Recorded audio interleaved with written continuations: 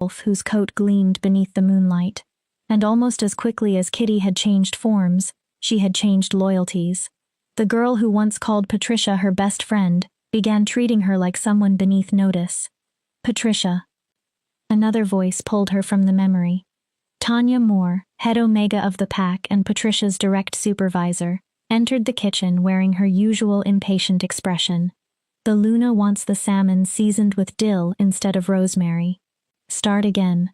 Patricia froze. She had spent more than an hour cleaning, filleting, and seasoning 12 large pieces of salmon. Starting over now meant there was almost no chance she would finish everything before the celebration. But Tanya, the written menu from the Luna specifically said rosemary. Tanya's eyes flashed yellow. Are you arguing with me? Patricia immediately looked down. Even Omegas had a hierarchy, and Tanya had spent years making certain Patricia remained at the bottom of it. The Luna changed her mind, Tanya continued. Unless you're suggesting Luna Georgina isn't allowed to change her own menu inside her own pack house. No, of course not. Patricia gathered the prepared salmon. I'll redo it. Tanya's expression softened, though not with kindness. You know, Patricia, your life wouldn't have to be this difficult if you accepted Blake Todd's offer. Patricia's stomach tightened. Blake was the pack's head warrior. He was also 20 years older than Patricia and had spent the last 6 months becoming increasingly aggressive about his interest in her. He wanted an Omega mate. Not a partner. Someone who would cook his meals, clean his home, bear his children, and never challenge him. Someone who understood what he considered her proper place. I'm not interested in Blake. Patricia scraped the perfectly seasoned salmon into the trash and opened the refrigerator for new pieces. Kitty laughed from the counter, where she had been pretending not to listen while filing her nails. Not interested? She looked Patricia up and down. You're 23, you aren't getting younger, and you certainly aren't getting prettier. Blake is offering you protection and security, as much security as someone like you can expect anyway. And somehow you're still too proud to take it. I'm not proud. Patricia's hands trembled slightly. I just want what everyone else wants. Kitty lifted one eyebrow. Patricia swallowed. A true mate. Someone who actually sees me. Silence held the kitchen for a heartbeat. Then Kitty laughed. Tanya joined her. A true mate? Kitty managed between bursts of laughter. Patricia, that might be the funniest thing you've ever said. Patricia stared down at the salmon. Kitty continued. You actually believe an alpha, or even a respectable beta, is going to look at you and feel the mate bond? She shook her head. You're an Omega. The moon goddess doesn't waste true mates on wolves like you. The words struck exactly where Kitty intended them to. Patricia gave her no reaction. She had learned years ago how to hide pain, how to become quiet, how to take up less space. How to become invisible before someone decided to remind her she was unwanted. It was how she had survived inside a pack that regarded her as somewhere between an inconvenience and an embarrassment. The salmon, Tanya reminded her as she headed toward the door. And make yourself presentable tonight. Alpha Owen wants every member of the pack attending the celebration, even Omegas. Kitty followed Tanya. Before leaving, she looked back. Try not to embarrass the rest of us simply by being there. The door closed. Patricia gripped the edge of the counter until her knuckles whitened. Then she inhaled deeply. Once, twice, 3 times. Exactly the way Grandma Rosemary had taught her. When the world feels too heavy, little wolf, you breathe. 3 deep breaths. Then you remember who you are beneath their cruelty. You remember that blood does not lie, even when everyone around you does. Patricia closed her eyes. Grandma Rosemary had been dead for 3 months. She had passed peacefully in her sleep at 97. She had also been the only person Patricia could remember who had always made her feel valuable, loved, seen. Every summer of Patricia's childhood had been spent in Rosemary's old mountain cabin, far from Silver Pine's hierarchy and suffocating rules. Those summers had been the happiest parts of Patricia's life. Rosemary had taught her herbs. Healing. old traditions most modern packs had forgotten. She had taught Patricia that strength did not always roar, and she had told her again and again that being an Omega did not make her worthless. Now Rosemary was gone, and Patricia remained trapped among wolves who seemed to wish she would disappear with her. She had nearly finished seasoning the replacement salmon when the kitchen door opened again. This time Lucas Morrison walked in. Patricia's heartbeat changed immediately. Lucas was 27 and everything Silver Pine expected an alpha heir to be. Tall, broad-shouldered, dark-haired. His eyes could shift from warm honey to cold amber within seconds. He was Alpha Owen's son, and once he had also been Patricia's friend, the one person who had continued treating her almost normally after her Omega status was revealed, at least until 2 years ago. Patricia, Lucas sounded tense. We need to talk. Her hands stopped moving. Lucas rarely sought her out now. As his responsibilities as future Alpha increased, the distance between them had widened, until Patricia sometimes wondered whether their childhood friendship had been something she had imagined. I'm working. She kept her eyes on the counter. The celebration. Damn the celebration. Lucas crossed the kitchen in 3 long steps. Patricia, look at me. She did, and instantly regretted it. His expression held conflict, pain, and something else she could not identify, something that made her wolf, usually quiet and withdrawn, suddenly stir. Lucas drew a breath. I'm getting engaged tonight. Patricia's fingers tightened around the knife. To Kitty, he continued quickly. My father arranged it.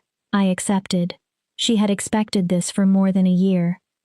Lucas was the alpha heir. Kitty came from the beta line. Their marriage made political sense. It united 2 powerful families and strengthened Silver Pine's internal hierarchy. It had nothing to do with Patricia. Congratulations! Her voice was steadier than she expected. Kitty will make a good Luna. Lucas stared at her. That's it? He grabbed her arm. Not painfully, but hard enough to make her gasp. That's all you have to say? Patricia pulled free. What exactly do you want from me, Lucas? For once, anger overcame caution. Did you come here hoping I'd cry? Did you want my blessing? I'm an Omega. You're the alpha heir. We both knew where this was going. It doesn't have to. Lucas stopped himself. He dragged a hand through his hair. Patricia, there are things you don't know. Her anger faltered. What things? Things about your bloodline. Things about why you... Alpha Lucas? Kitty's voice drifted from the hallway, sweet enough to sound pleasant, until someone knew her well enough to recognize the blade underneath. Are you in there? Your father is looking for you. Lucas clenched his jaw. For one moment Patricia thought he would ignore Kitty and finish what he had started. He had been making strange comments for almost a year, half-spoken warnings, unfinished sentences. Moments when he looked at Patricia as though he knew something about her that she did not. But the conflict disappeared behind the controlled mask of the future Alpha. We'll talk later. Lucas moved toward the door. After the celebration, meet me at the north border at midnight. He looked back at her. Please, Patricia, it's important. Then he left before she could answer. Patricia remained beside the counter, surrounded by the scent of fresh salmon and questions she could not answer. What had Lucas nearly told her? Chapter 2. The Birthday Curse. The Silver Pine pack house glittered beneath hundreds of lights. Every polished surface reflected gold and silver. Crystal chandeliers scattered fragments of color over the walls. The great hall had been transformed into something almost royal, and Patricia suspected that was exactly what Alpha Owen Kane intended. Tonight marked Owen's 55th birthday. He had ruled Silver Pine for more than 30 years, and he wanted every visiting alpha, beta, heir, and mate in attendance to remember that his pack remained powerful. Patricia stood with the other Omega servers in the kitchen and smoothed the simple black dress Tanya had given her. It was plain, practical, 2 sizes too large. On Patricia's already small frame, it made her look even smaller. She had pulled her dark hair into a severe bun. Any attempt to look beautiful would only invite accusations that she was pretending to be above her station. Tanya faced the 6 Omegas scheduled to serve that evening. "Remember what you are." They listened silently. "You are invisible. You do not speak unless someone speaks to you first. You do not make eye contact with anyone above your rank. You serve, smile if you are acknowledged, and return to the kitchen." Her gaze traveled down the line. "Understood?" "Yes, Tanya," they answered together. "Good." Her eyes settled on Patricia. "You're serving the main table." Patricia's stomach dropped. The main table meant Alpha Owen, Luna Georgina, Lucas, Kitty, Lucas, Kitty, and whichever high-ranking guests Owen considered most important. It was the most visible assignment in the hall, which meant it also offered the greatest opportunity for a mistake. Of course Tanya gave it to me. She wants me to fail. But the evening began without disaster. Guests arrived in groups, each dressed more extravagantly than the last. Patricia recognized many of them: alphas from neighboring packs, senior betas, their mates, and their heirs. The hall filled with voices, laughter, wine, and the invisible calculations of pack politics Patricia had spent her entire life watching from the edges. She moved between tables almost unnoticed. A ghost carrying wine, replacing empty plates, removing used glasses. Most guests never looked at her. Those who did seemed to look through her. Patricia told herself that no longer hurt. Then Alpha Owen rose. Attention. The single word silenced the room. He stood at the head of the main table, broad and commanding. Luna Georgina sat beside him, silver hair perfectly arranged, her expression calm. Lucas stood behind his father's chair in a tailored suit. Kitty stood beside Lucas in an emerald gown that probably cost more than Patricia earned in an entire year. Owen smiled at the gathered guests. "Thank you all for coming tonight." His voice held the natural authority of a man accustomed to immediate obedience. "As many of you know, this evening is not merely a celebration of another year of my life. It is also a celebration of Silver Pine's future." Patricia's hand trembled slightly as she refilled a visiting alpha's wine. She knew what was coming. Owen raised his glass. "It gives me great pleasure to announce the engagement of my son, Lucas Morrison, to Kitty McAuliffe, daughter of our esteemed Beta." Applause filled the hall. "This union will strengthen Silver Pine and ensure our pack continues to prosper for generations." Kitty smiled brilliantly. Lucas took her hand and slipped a large diamond ring onto her finger. Light flashed from the stone. Patricia forced herself to applaud. Her expression remained neutral. She would not let anyone see pain. She would not give Kitty that satisfaction. Then a scent struck Patricia with such force that her breath caught. Pine. Cedar. Something wild beneath it. Ancient. Intoxicating. Her wolf surged awake. Not gradually, violently. Patricia gasped. The wine bottle slipped from her fingers. It hit the marble floor and shattered. Red wine spread across white stone among glittering fragments of glass. The crash silenced the hall. Every face turned toward Patricia, but she barely noticed. The scent had become overwhelming. Her wolf was no longer withdrawn. She was screaming one word inside Patricia's mind. Mate, mate, mate. Patricia slowly raised her eyes. They found Lucas, and she saw the exact second he felt it too. His face drained of color. His entire body went rigid. The sacred bond forged by the moon goddess snapped fully into place between them. Patricia's heart stopped.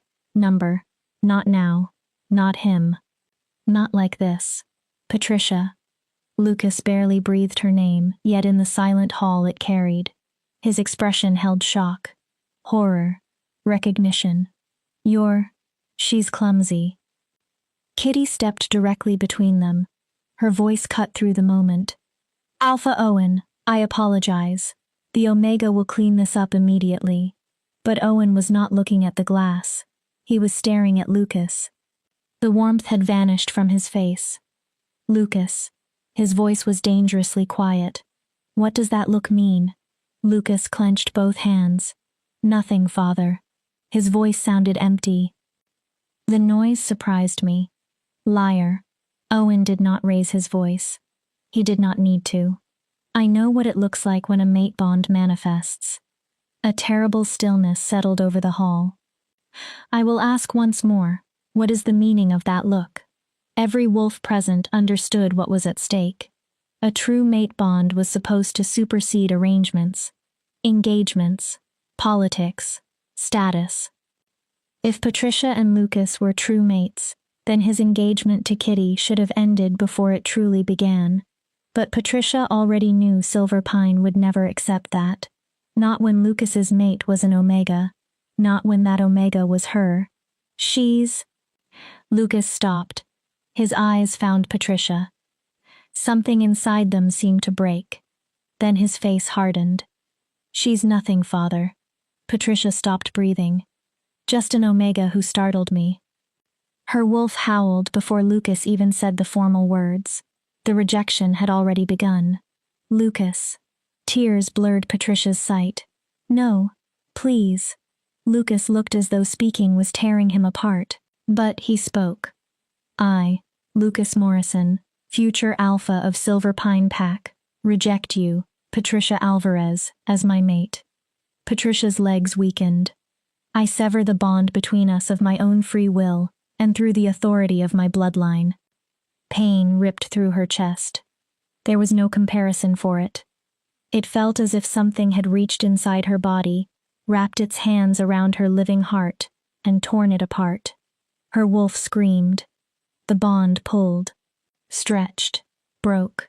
Patricia collapsed onto her knees among shattered glass and spilled wine. She pressed both hands against her chest, as though that could stop the damage. She could barely breathe. But the rejection had to be completed. If she refused to accept it, the unfinished break could destroy her. Her voice cracked. Patricia Alvarez. She forced the words through the agony. Accept your rejection. The mate bond snapped. Her wolf gave one small, broken whimper, then retreated so deeply inside Patricia that Patricia could barely feel her. Kitty laughed. The sound cut through the stunned room. Well, she smiled as though nothing more serious than a broken glass had interrupted the evening. Now that we've settled that, perhaps we can continue celebrating. I believe champagne is waiting. Conversation slowly resumed. Quiet at first, then louder. Servers hurried forward to clear the broken glass. Patricia remained on the floor. She could not make her body move. The rejection burned through her veins like poison. Get her out. Owen looked down at her with disgust. And contact the pack lawyer. I want this formally recorded. My son rejected his mate in front of witnesses. I want no future legal dispute over the bond. Hands closed around Patricia's arms. Blake Todd hauled her upright. His fingers dug hard enough to bruise. Come on, little Omega. His mouth moved close to her ear. Let's put you somewhere you can't ruin anything else. He began dragging her from the hall. Then his voice dropped. I have to admit, this works out nicely for me. Now that an alpha has rejected you, maybe you'll finally reconsider my offer. Patricia tried to pull away. Her body barely responded. The rejection had drained everything from her. Blake dragged her down a corridor and shoved her into a storage room that smelled of cleaning chemicals and stale air. You stay here until the celebration ends. He looked her over. And Patricia? She said nothing. Think about what I offered. His expression carried ugly satisfaction. You're damaged goods now. Nobody else is going to want you. I'm still willing to overlook your defects. He stepped back. All you have to do is say yes. The door slammed. A lock clicked. Patricia stood in darkness. Her mate bond was gone. Her wolf had vanished into silence. Every breath hurt. She sank down the wall and wrapped her arms around herself. Then she finally broke. She cried for the childhood friendship she had once shared with Lucas. For the mate bond she had felt for only moments before he destroyed it. for the love she had secretly hoped existed somewhere in the world for her, for a future that had disappeared before she ever touched it. But beneath all of that grief was something worse. Some part of Patricia had always expected this. Omegas like her did not receive grand love stories. They did not receive happy endings. They got rejected in crowded halls and locked in storage rooms while everyone else went back to celebrating. Hours passed, music faded, footsteps diminished. Eventually, Patricia's tears stopped because there seemed to be nothing left inside her to cry. She had nearly slipped into exhausted sleep when voices sounded beyond the door. Completely inexcusable. Tanya. Patricia straightened. The Alpha is furious. He wants her gone. A male voice answered. One of the warriors. Gone as in expelled? Worse. Tanya lowered her voice. He's invoking the old laws. At dawn she'll be declared rogue. Patricia went cold. No pack will be permitted to accept her afterward. The warrior hesitated. That seems extreme. She disrupted the Alpha heir's engagement, Tanya replied, destroyed pack property, and most importantly, attempted to claim a mate bond with the future Alpha, while knowing he had already been promised to someone else. Patricia stared into the darkness. Attempted to claim? She had done nothing. The bond had happened. The moon goddess had chosen it. But facts no longer mattered. Tanya continued. Alpha Owen is within his rights. Their footsteps moved away. Patricia remained still. Declared rogue. For many wolves, those two words were effectively a death sentence.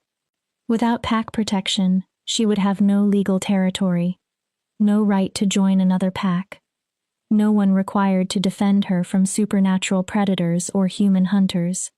She had less than 6 hours until dawn. She should have been terrified. Instead, one image came to her. Grandma Rosemary's cabin.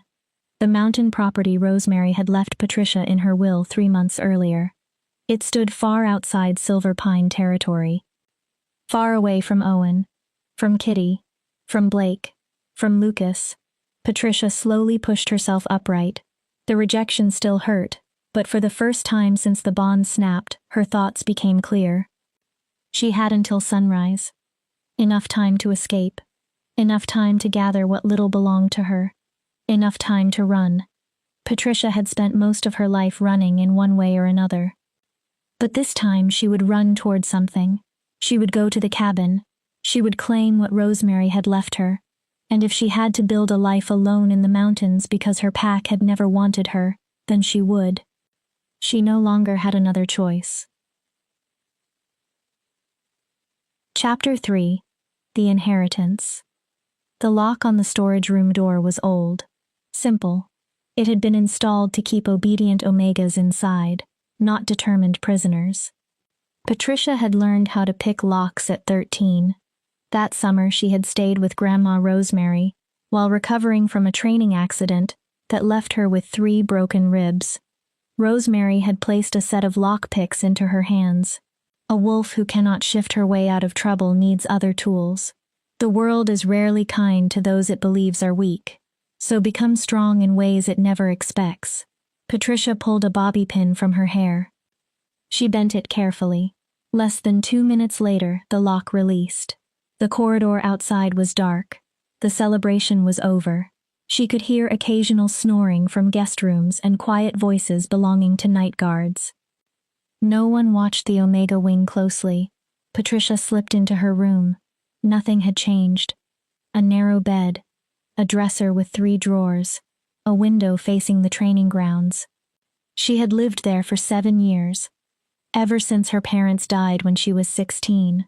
Silver Pine had taken her in afterward because pack law required it, not because anyone particularly wanted her. They had made that difference very clear. Patricia pulled an old backpack from beneath the bed. She packed quickly. 3 changes of clothes, a first aid kit, the envelope containing the deed to Rosemary's cabin, a small wooden box holding the only jewelry she owned. Inside was a silver necklace with a wolf pendant that Rosemary had given Patricia on her 18th birthday. She reached for her jacket. Footsteps sounded outside. Heavy. Male. Coming directly toward her room. Patricia's heart raced. She slipped behind the dresser, squeezing into the narrow space between the furniture and the wall. The door opened. Lucas entered. His face looked exhausted in the moonlight coming through the window. "Patricia?" He spoke quietly. "I know you're here." She held her breath. "Please, we need to talk." Patricia wanted to remain hidden, wanted him to leave, wanted never to see him again. Then a sharp breath escaped her. Lucas heard it.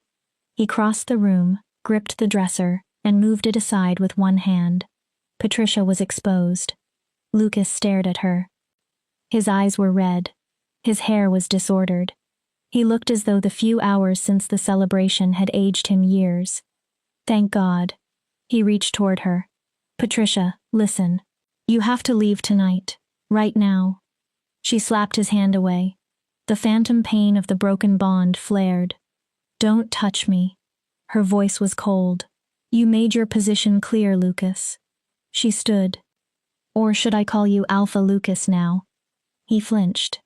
"You don't understand." "No, I understand perfectly. My father intends to declare you rogue at dawn. I already know." Lucas stared. "But that isn't the worst part." Patricia paused. Lucas glanced toward the hall before lowering his voice. "There are things about your bloodline you don't know, things your grandmother hid because she believed hiding them would protect you." Patricia's anger shifted into confusion. "What are you talking about?" "The land where Rosemary's cabin stands." Lucas moved closer. "It isn't neutral territory." "What?" "It hasn't been for more than 50 years. Patricia felt unease crawl along her skin. "Your grandmother's property is on the edge of Blood Moon territory." Patricia shook her head. "Blood Moon disappeared decades ago. Every pup knows that. After the Lycan king withdrew from the world, his pack scattered. The territory became unclaimed. That's the history we were taught." Lucas's expression tightened. "It isn't true." Patricia stared at him. "The Blood Moon territory was never abandoned. It still belongs to him." "To who?" "The Lycan king." Lucas spoke the title quietly. "He's still in those mountains." Patricia almost laughed. "That's impossible. The Lycan king would be more than 300 years old. Lycans aren't normal wolves." Lucas shook his head. "They're older, stronger, more powerful than any alpha, and this one didn't simply disappear. He went into something like hibernation, isolation, whatever you want to call it." Patricia stared at him. Lucas continued. "Your grandmother knew him." The words struck harder than Patricia expected. "What?" "She had an agreement with him, some kind of bargain that allowed her to live on his land without interference." He gripped Patricia's shoulders. "But Rosemary is dead. Whatever agreement protected her may have died with her." Patricia pulled free. Rosemary had never mentioned a Lycan king. She had called the cabin Patricia's birthright, said their family had belonged there for generations. But Rosemary had also spoken repeatedly about blood, old magic, remaining true to yourself, even when everyone tried to make you smaller. Patricia looked at Lucas. "Why are you telling me any of this?" He went still. "You rejected me." Her voice hardened. "You chose Kitty. You chose your father. Why warn me now?" "I chose the pack." Lucas sounded desperate. "I chose 300 wolves who depend on me over one." He stopped. "One what?" Patricia demanded. "One Omega maid." "You don't understand the politics." "I understand enough. My father knew." Patricia frowned. "Knew what?" "He knew about our mate bond before tonight." Silence. Patricia almost stopped breathing. "What?" Lucas looked away. "He's known for 2 years." Patricia stared at him. "When I turned 25, I started experiencing early signs of the bond." His voice became quieter. "My father hired a seer. He wanted to know who my mate would be before the bond fully manifested, so he could arrange the most advantageous marriage." Patricia felt sick. "The seer told him it was me." Lucas nodded. "He forbade me from completing the bond. He ordered me to reject you the moment it fully formed." 2 years. Patricia barely recognized her own voice. You knew for 2 years. Patricia, you knew I was your mate. Tears burned her eyes again, but this time anger held them back. You watched me. You avoided me. You let me believe I imagined everything between us. I was looking for another solution. Lucas stepped toward her. I tried to persuade him. I searched pack law for anything that could let me claim you and still remain heir. But you found nothing. Tonight the bond manifested in front of everyone. Lucas's voice cracked. I had no choice. You had a choice. If I had accepted you, my father would have challenged me for the alpha position. He looked directly at her. He would have killed me, Patricia. She said nothing. And after killing me, he still would have declared you rogue. Lucas spread his hands helplessly. At least this way you're alive. Barely. Patricia lifted her backpack. You should leave. Patricia, please. Someone could see you. Her smile held no warmth. You wouldn't want anyone misunderstanding your relationship with a rejected Omega. It might damage your engagement. Lucas's eyes filled. Actual tears rolled down the future Alpha's face. I know I don't deserve forgiveness. No. I know what I did can't be repaired. But please listen about the cabin. He stepped closer. Don't go there. Patricia frowned. Go anywhere else. I'll give you money. I can arrange passage through another territory. I can... Why? Because you don't understand what the Lycan King is capable of. Patricia gave a hollow laugh. I've been rejected by my true mate, locked in a storage room, and sentenced to become rogue at sunrise. She looked at him. Whatever this terrifying king might do cannot be much worse than what my own pack already has. You don't know that. No, Lucas. Patricia moved toward the door. You don't know what I'm capable of. She paused. Rosemary left me that cabin for a reason. Maybe she knew I would need it. Maybe she knew Silver Pine would eventually show me exactly how little I mattered here. Lucas opened his mouth. Your grandmother was... He stopped. Patricia turned. She was what? Conflict passed across his face. Then he shook his head. Nothing. She waited. Just be careful. He lowered his voice. And Patricia, I am sorry. She looked at him for several seconds. So am I. His expression broke. I'm sorry I ever believed someone like you might be brave enough to love someone like me. Patricia left him standing in her empty room. She never looked back. 3 main exits led from the pack house. All were guarded.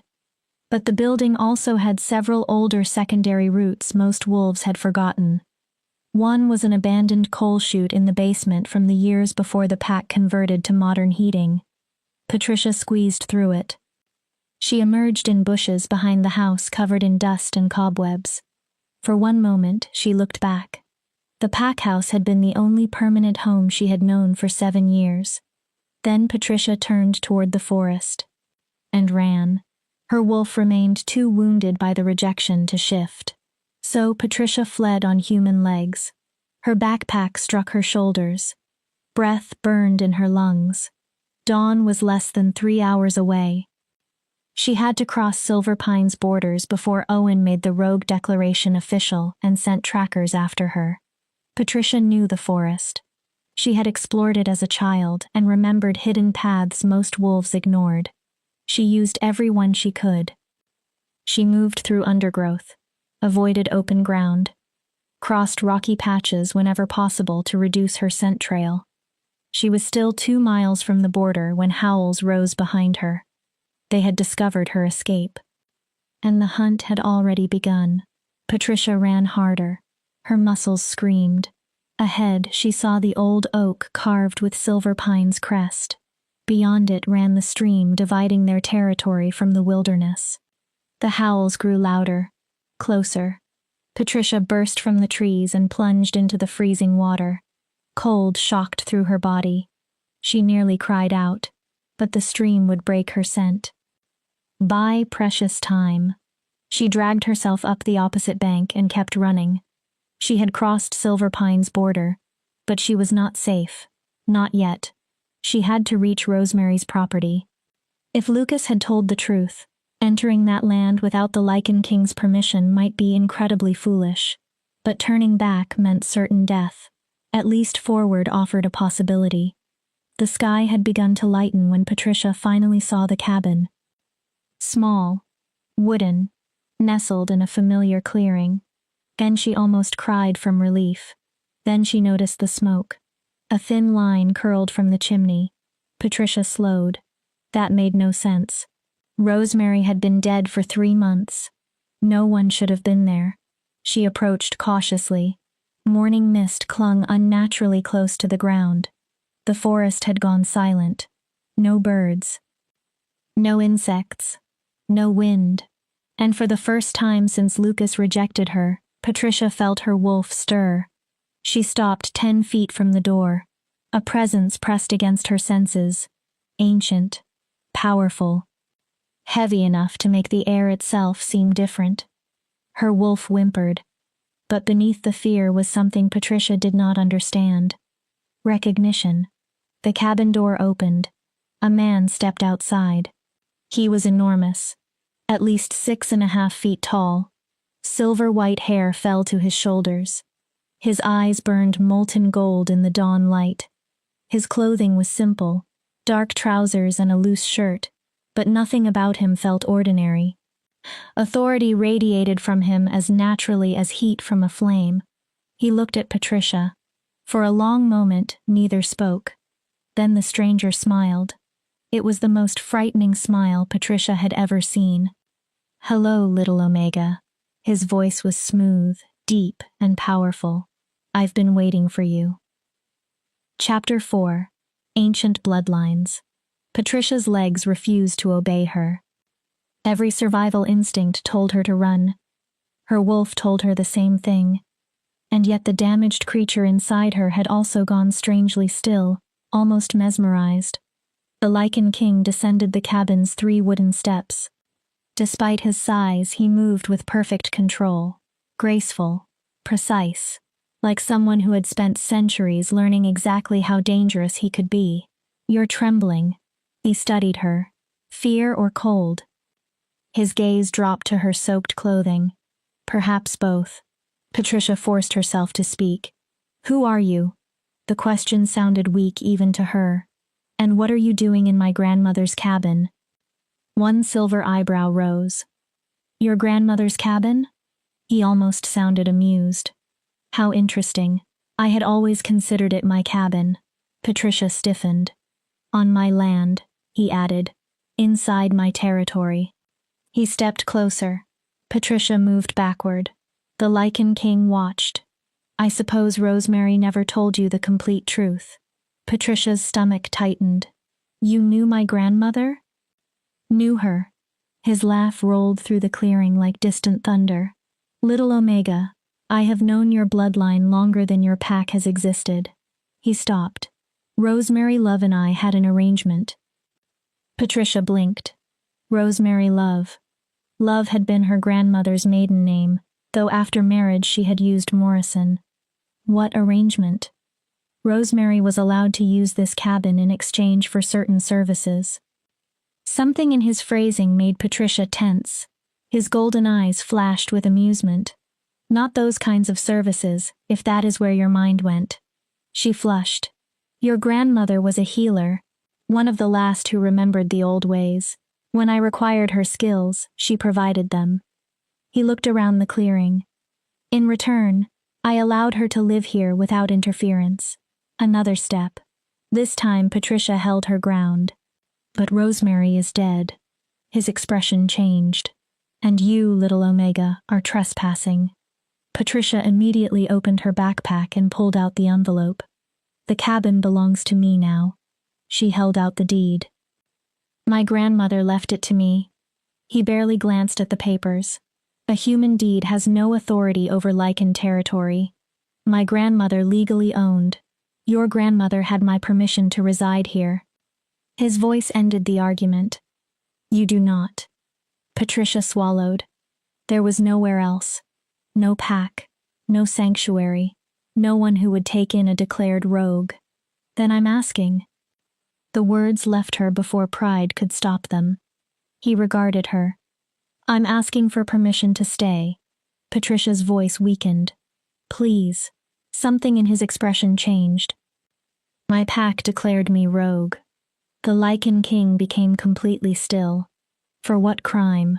Humiliation burned through Patricia. For being rejected by their future alpha. His eyes narrowed. For disrupting his engagement ceremony. She gave a bitter laugh. For existing inconveniently. Something dangerous flashed in those molten eyes. Your mate rejected you? Yes. Why? Because I'm an Omega. Patricia's bitterness surfaced. Because his father arranged a better political marriage. Because Silver Pine values rank more than a bond chosen by the moon goddess. The Lycan king studied her so intensely that Patricia felt exposed. Finally he spoke. Your alpha condemned you because your mate lacked the courage to claim what the moon goddess gave him. He isn't weak. The defense left Patricia automatically. She hated herself for it. He's trapped by responsibility, his father, the pack.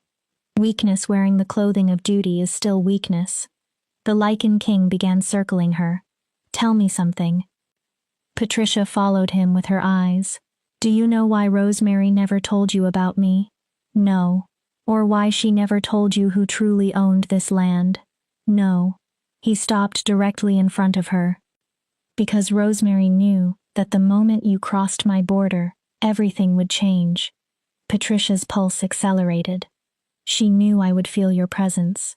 He leaned closer. She knew I would recognize what you are. Patricia's throat tightened. What I am? She forced a laugh. I'm an Omega, that's all. No. His interruption was immediate. You are Rosemary Love's granddaughter. Patricia stared.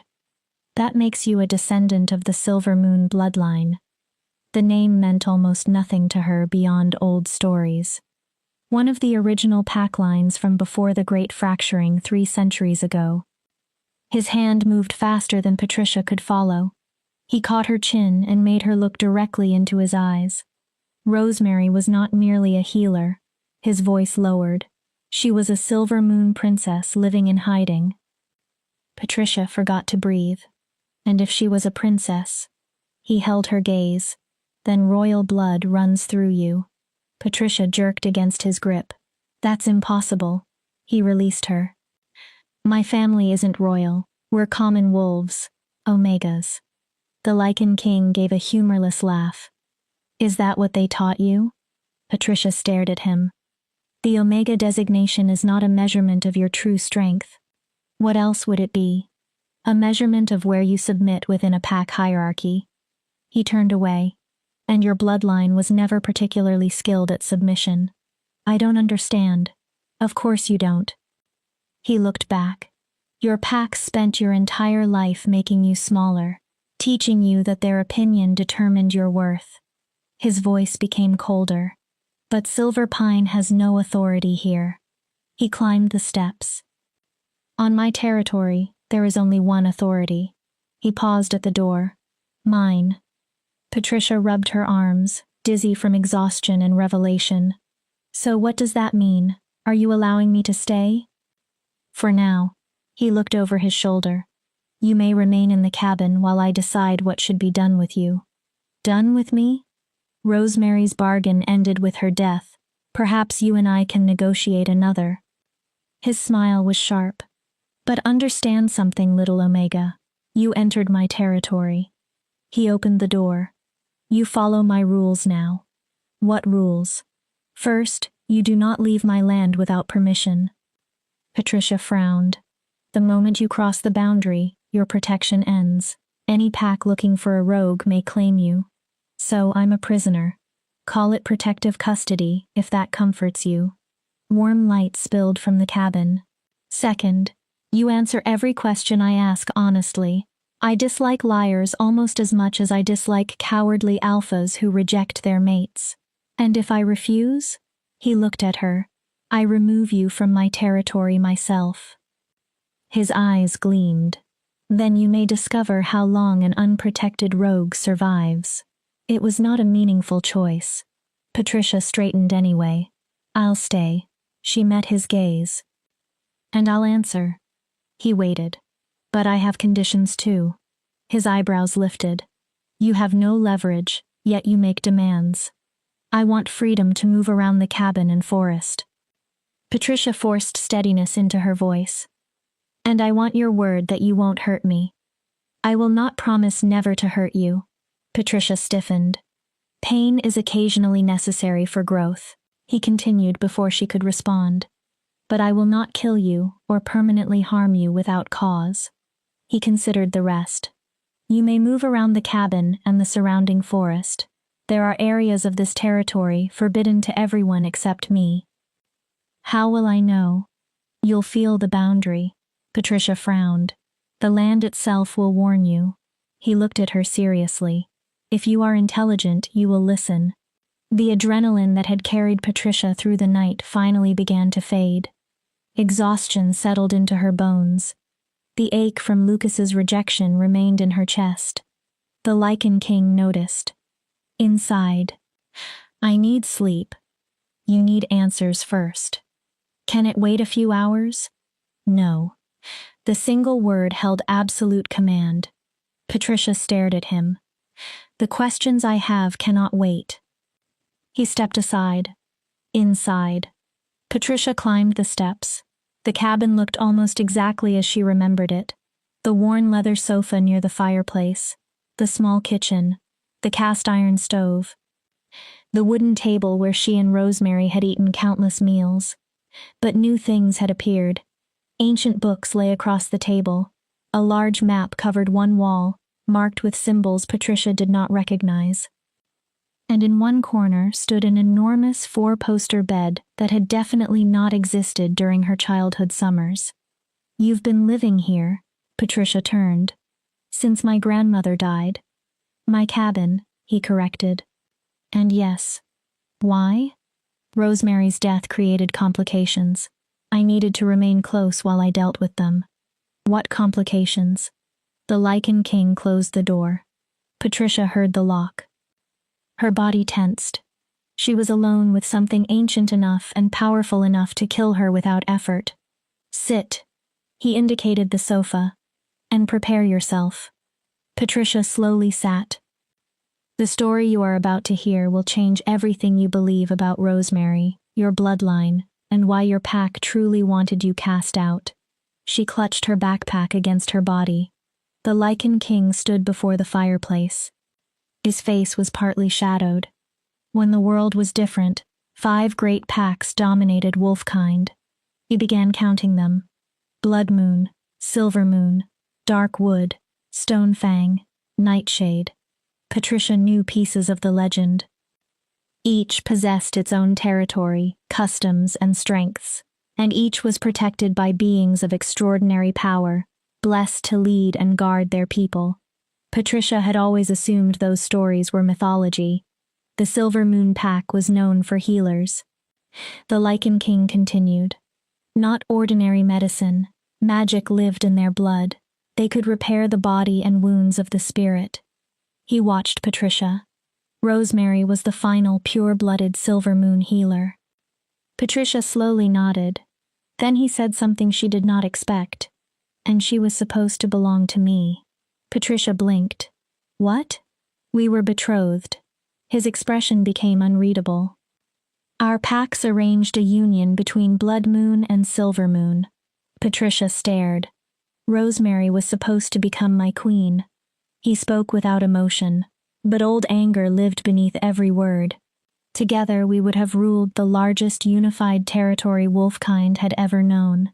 But she didn't. No. She married my grandfather. Yes. He said it with obvious bitterness. Rosemary fled the night before our bonding ceremony. Patricia stared. She disappeared into the human world, changed her name, married a common wolf who had no idea what she truly was.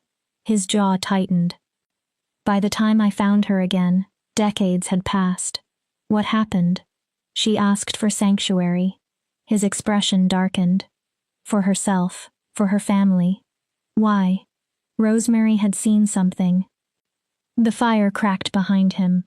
She believed Silver Moon blood was being hunted by something old and dangerous. Patricia's stomach tightened. She told me her daughter, your mother, had already been marked for death. Patricia felt tears gather. My mother died when I was 16. I know. A rogue attack.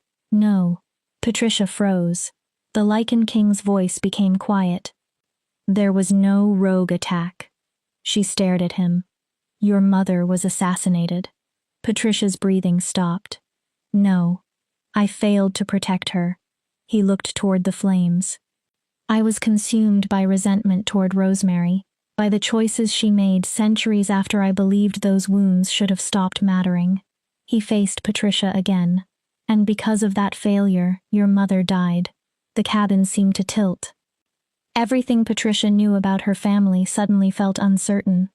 Why are you telling me this? The Lycan King came closer and crouched until his eyes were level with hers. Because you are in real danger. His hand lifted. He gently moved one wet strand of hair from her face. And because your rejection tonight was not random. Patricia stared at him. It wasn't simply pack politics. His golden eyes hardened. Someone wanted you vulnerable. A chill passed through her. Someone wanted you removed from pack protection.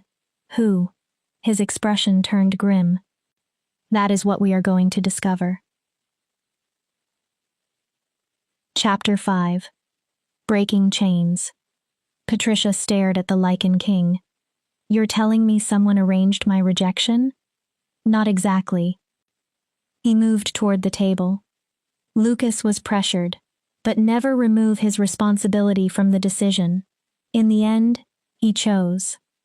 Patricia appreciated that more than she wanted to admit. He opened one of the old books. Think back, before your parents died, did Alpha Owen ever take unusual interest in your family? Patricia searched her memories. There was one time. How old were you? Maybe 10. She frowned. He came to our house. My mother sent me upstairs and told me not to leave my room no matter what I heard. What happened? They argued for hours. About? I don't know. Patricia swallowed. But when Owen left, my mother was crying. She paused. And my father looked terrified. The Lycan King nodded. Owen knew. Knew what? About your Silver Moon blood. Patricia stared. Rosemary told me he had discovered the connection. She believed pack loyalty would keep him silent. His expression hardened. She was wrong. But why would Owen care? Patricia shook her head. Silver Moon disappeared centuries ago. Power does not simply disappear. The Lycan King opened an ancient volume. It sleeps. Several markings on the page seemed almost luminous in the firelight. It moves through bloodlines even when descendants no longer understand what they carry. He pointed to the text. Rosemary's ability was not merely knowledge of herbs. Patricia leaned closer. It was magic. No. Pure old magic. He tapped the page. Magic most wolves no longer believe exists. I don't have magic. Patricia immediately shook her head. I can barely shift. My wolf is tiny. I'm the weakest. You are not weak. His voice cut through hers. You are suppressed. Patricia fell silent. There is a difference. He turned the book toward her. The language meant nothing to Patricia. This describes the right of diminishment. What is that? An old curse. His golden eyes sharpened. It binds the power of a strong bloodline and makes the victim appear Omega. Patricia went cold. A curse? One requiring 3 components. He raised a finger. Blood sacrifice from the bloodline being bound. A second. Betrayal of trust. A third. And time. Patricia stared at him. Your parents' deaths supplied the blood. Her breath caught. Owen's betrayal of your mother's trust supplied the betrayal. He held her gaze. And 16 years of you believing you were weak and worthless gave the curse time to root itself inside you. Patricia felt dizzy. That's insane. She stood abruptly. Why would anyone do that to a child? Because you were never simply a child. He stared at her. You are the last direct descendant of Silver Moon. His jaw tightened. And according to the prophecy, he stopped. Patricia caught it immediately. What prophecy? It isn't important now. You were about to say, what matters is that someone wants you powerless. He closed the book harder than necessary. Someone wants Silver Moon erased. Patricia stared at him. And now that you have been rejected and declared rogue, you are exactly where they wanted you. Patricia's wet clothing suddenly felt unbearably cold. I need dry clothes. She rubbed her face. And I need time to think. Your old room is unchanged. He pointed toward the back of the cabin. Rosemary kept it exactly as you left it. Patricia walked toward the door, then paused. You still haven't told me your name. The Lycan King watched her. Calling you the Lycan King every time isn't exactly convenient. For a long moment he said nothing. Then, Vince. Patricia waited. Vince Shields. His expression shifted slightly. I have not spoken that name to another living person for more than 200 years. Patricia stared. Why tell me? If we intend to keep you alive together, first names seem efficient. The smallest hint of a smile touched his mouth. And Rosemary asked me to watch over you if anything happened to her. Patricia's chest tightened. I failed your mother. Vince's expression became hard. I will not fail again. Patricia entered her old room. The narrow bed still carried the patchwork quilt she remembered. The dresser remained painted with small wildflowers. Beyond the window lay the meadow where purple lupines bloomed during warmer months. She peeled off her wet clothing and found old jeans and a soft flannel shirt in the dresser. Then she looked at herself in the small mirror. She barely recognized the woman staring back. Her dark hair hung in tangled strands. Her eyes were swollen and red. And just above the shirt collar, Patricia froze. A pale silver mark curved across her skin. A crescent moon. She pulled the collar aside. The mark looked like an old scar, healed long ago, but Patricia had no memory of receiving it. She touched the crescent. Warmth spread beneath her fingers. Not heat from the skin. Something deeper, like embers waking inside her chest. Magic? A knock startled her. Patricia. Vince. You need to see something. She opened the door. He held an old letter. The paper had yellowed. Red wax sealed the fold. And stamped into the wax was a symbol Patricia recognized immediately. Rosemary had drawn it dozens of times during Patricia's childhood. The Silver Moon crest. I found this among Rosemary's private belongings. Vince handed it to her. It is addressed to you. Patricia's fingers began trembling.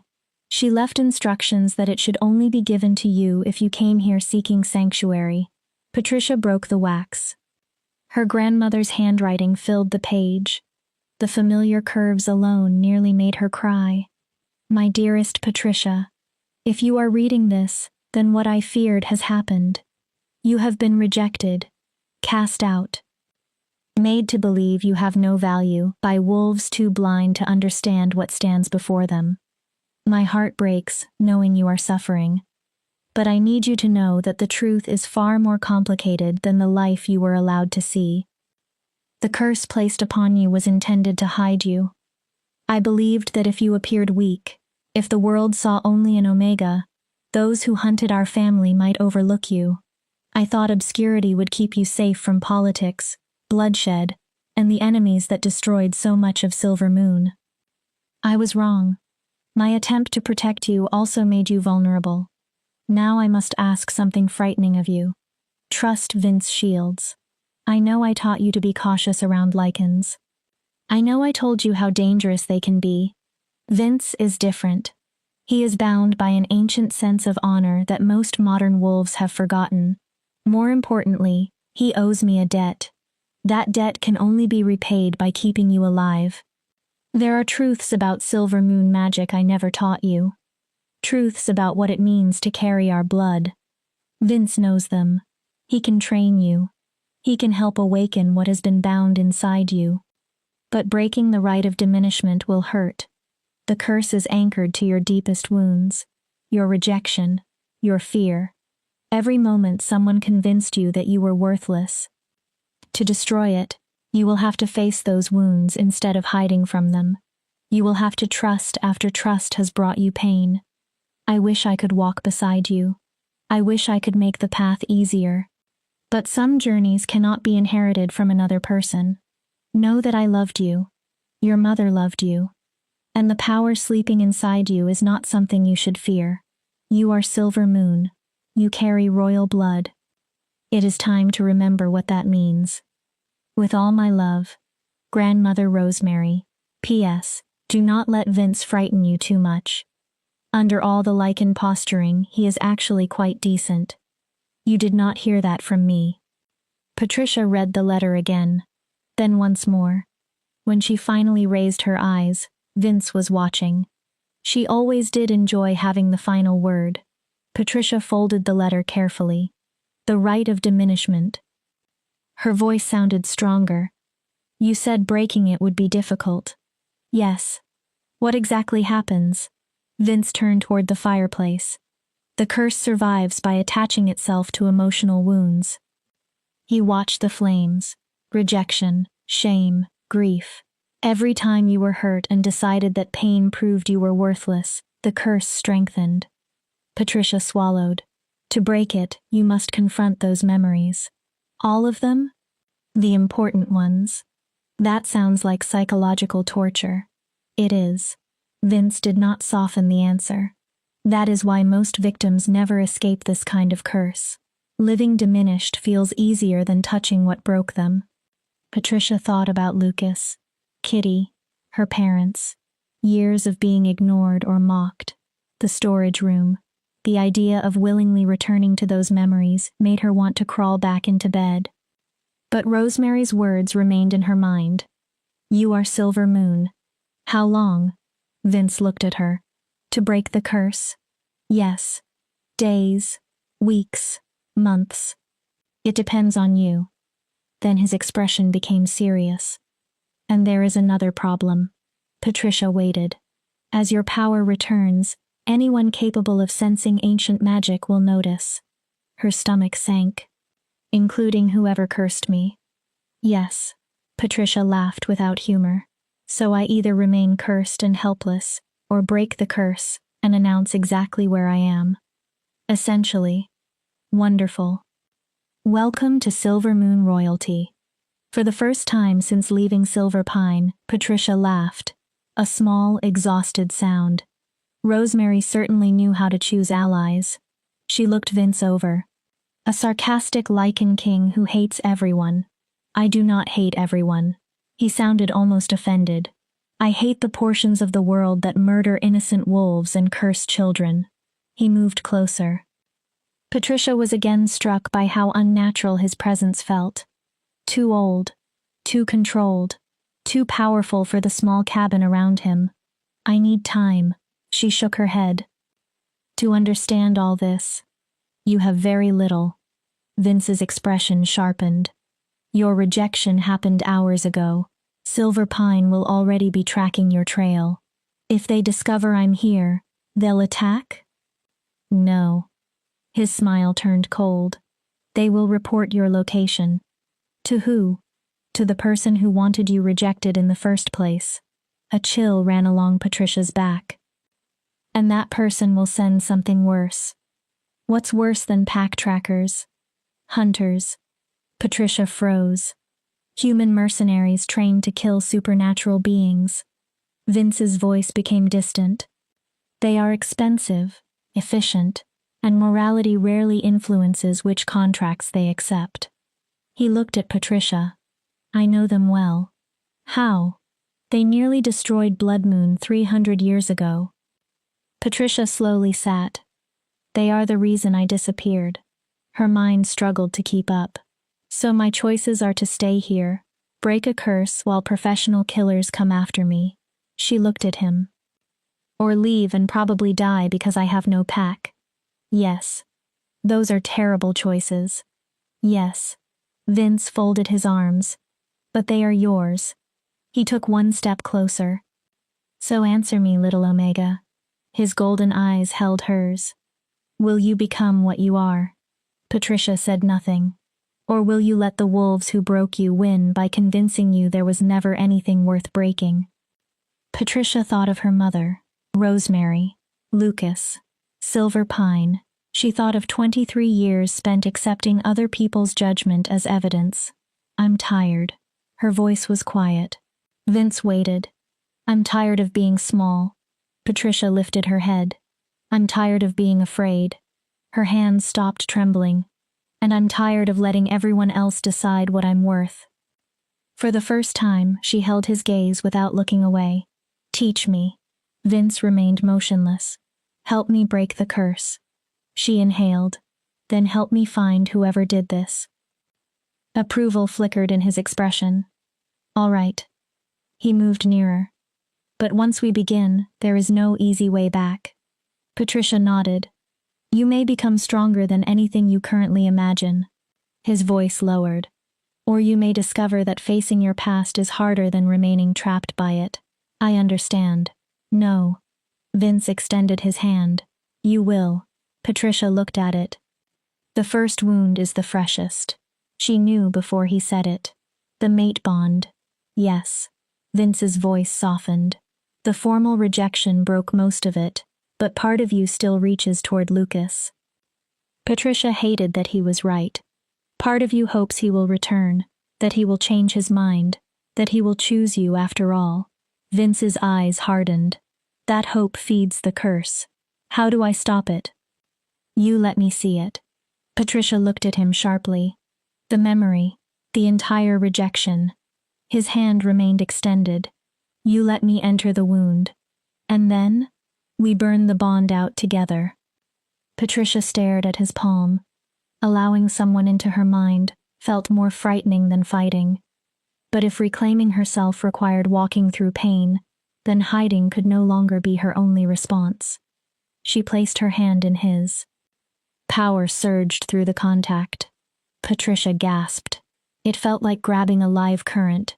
Not pain. Energy. Ancient and enormous. Close your eyes. Vince's voice became the only steady thing in the room. Remember. Patricia obeyed. Do not hide from what happened. She fell backward into the memory. Pine. Cedar. Recognition. Her wolf singing with joy for a few impossible seconds. Then Lucas's face. The terror in his eyes. His voice declaring her unwanted. The bond tearing. Glass breaking. People watching. Kitty laughing. Patricia alone on the marble floor. Enough. Vince's voice cut through. Open your eyes. She did. His eyes were glowing. Bright molten gold. His hand had become almost painfully warm around hers. I'm going to remove what remains. His voice seemed deeper now. Not formally, completely. Patricia's heart raced. It will hurt. Vince held her gaze. But afterward, Lucas will have no claim on any part of you. A pause. Do you consent?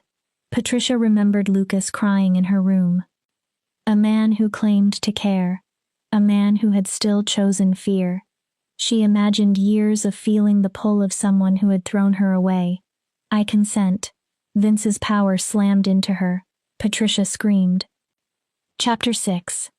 The burning pain consumed everything. Patricia could not tell where her body ended, and Vince's magic began. It felt as though he had reached into the center of her chest and seized the remaining threads of the mate bond.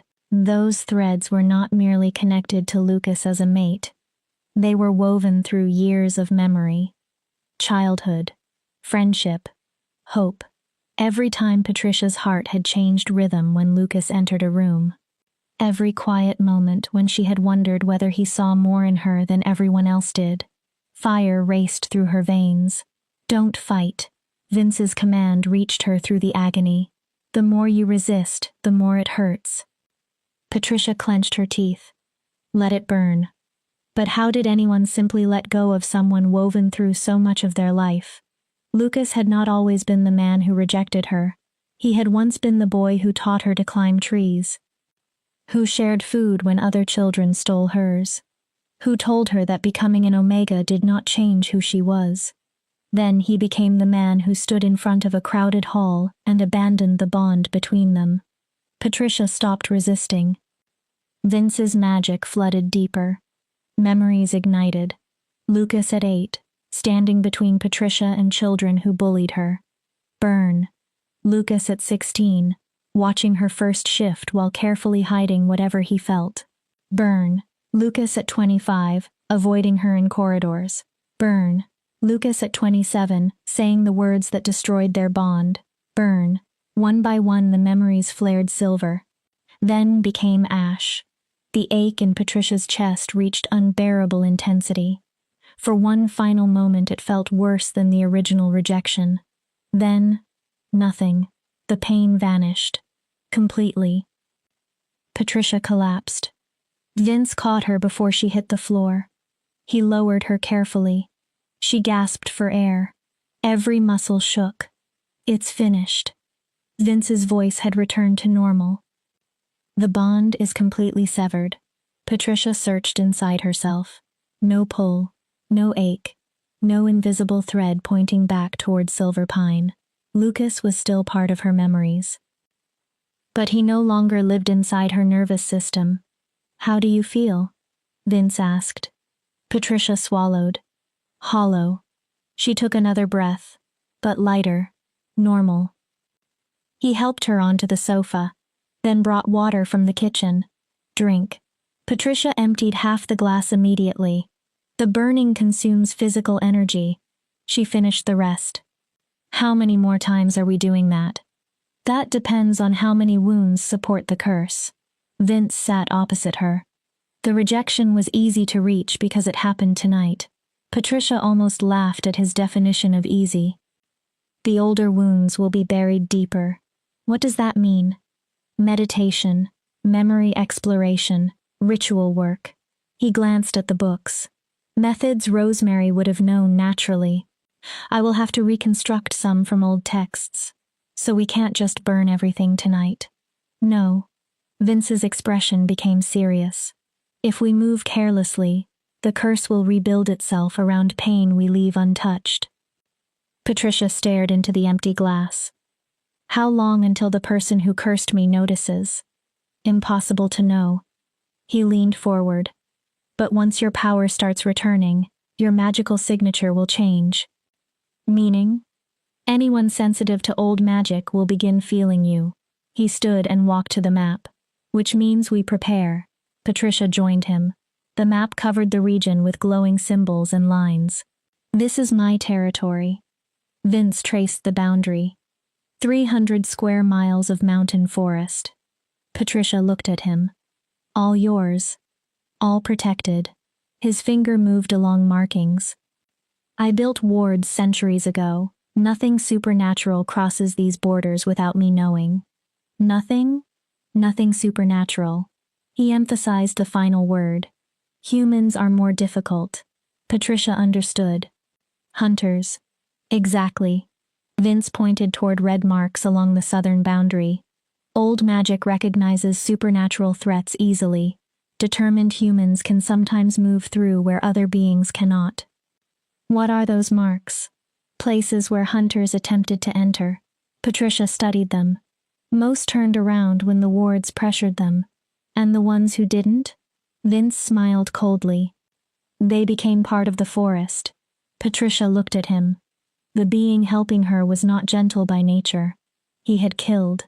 Would kill again. He made no attempt to hide it. You really believe they're coming for me? I know they are. Vince turned. Which means you must learn to defend yourself. Patricia looked down at her small hands. I'm not a fighter. That is conditioning. My wolf is tiny. Your wolf is cursed. He cut her off. When the rite of diminishment is broken, your true wolf will emerge. His confidence left little room for argument.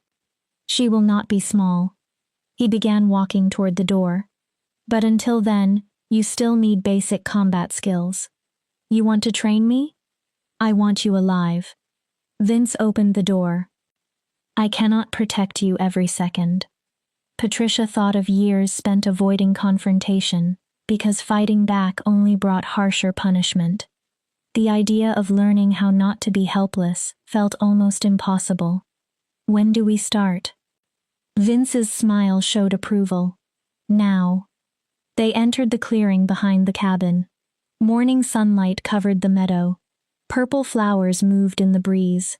Birdsong had returned. The peaceful beauty made what followed feel strange. Vince moved to the middle of the grass. First lesson. Patricia stopped several feet away. Forget everything Silverpine taught you about Omega submission. His tone sharpened. In a real fight, there are no ranks, no polite rules, no showing your throat, and praying the other wolf decides to be merciful. They never taught Omega's combat. Vince slowly turned his head. Of course they didn't. His jaw tightened. Why allow people you consider weak to learn that they aren't helpless? He faced her. Show me a fighting stance. Patricia copied what she remembered seeing during training. Feet shoulder-width apart. Hands raised. Vince circled her. Too stiff. Patricia adjusted. You are standing like someone waiting to be hit. I've never done this. I noticed. He stopped. Attack me. Patricia blinked. What? Hit me. That seems like a terrible idea. Punch, kick, do anything. He folded his arms. I need to see how you move when you intend to hurt someone. Patricia hesitated. I'll embarrass myself. Probably. Her eyes narrowed. That is part of learning. Vince's expression remained calm. Attack me or stop wasting my time. Anger sparked. Patricia swung. Her punch was obvious. Slow. Poorly aimed. Vince stepped aside, caught her wrist, used her momentum, and flipped her onto her back. The impact knocked the breath from her. Pathetic. Patricia glared up. Vince did not sound mocking. Only factual. You weren't trying to hurt me. He offered his hand. You were performing an instruction. Patricia took it. This time remember everyone who hurt you. Vince pulled her upright. Every insult, every rejection, every moment someone convinced you that you deserved less. Patricia thought of Kitty, Tanya, Blake, Owen, Lucas, the storage room. She attacked. Vince blocked again, but this time he had to move more quickly. Better. His eyes flashed. Now you're angry. Patricia breathed hard. Anger is fuel. He shifted position. Use it. Do not let it use you. They trained for hours. Vince taught her to strike. Block. Use leverage. Exploit a larger opponent's balance. Fall without panicking. Patricia hit the ground more times than she could count. Bruises accumulated across her arms and legs. Then she landed a kick against Vince's knee. He actually stumbled. Patricia froze. Vince looked almost pleased. Excellent. Pride warmed her chest. You learn quickly. He reset his stance. Years in a hostile pack gave you something useful. Patricia frowned. What? You read people. He gestured toward her. You spent years watching body language, because predicting someone's mood kept you safe. Patricia slowly understood. We turn that defensive instinct into offense. Eventually, Patricia bent over with both hands on her knees. I need a break, she gasped. I think I'm dying. You are not dying. Vince sounded unimpressed. You are weak from years of neglect. Patricia glared. He finally nodded toward the cabin. Fine, food. Inside, Vince surprised her again. He cooked. Well, eggs, toast, venison sausage. Patricia ate so quickly she almost embarrassed herself. She had not realized how hungry she was. What happens next? More combat training later. Vince poured water. Tonight we begin another memory session. Patricia slowed. Tonight? This afternoon you rest. He sat.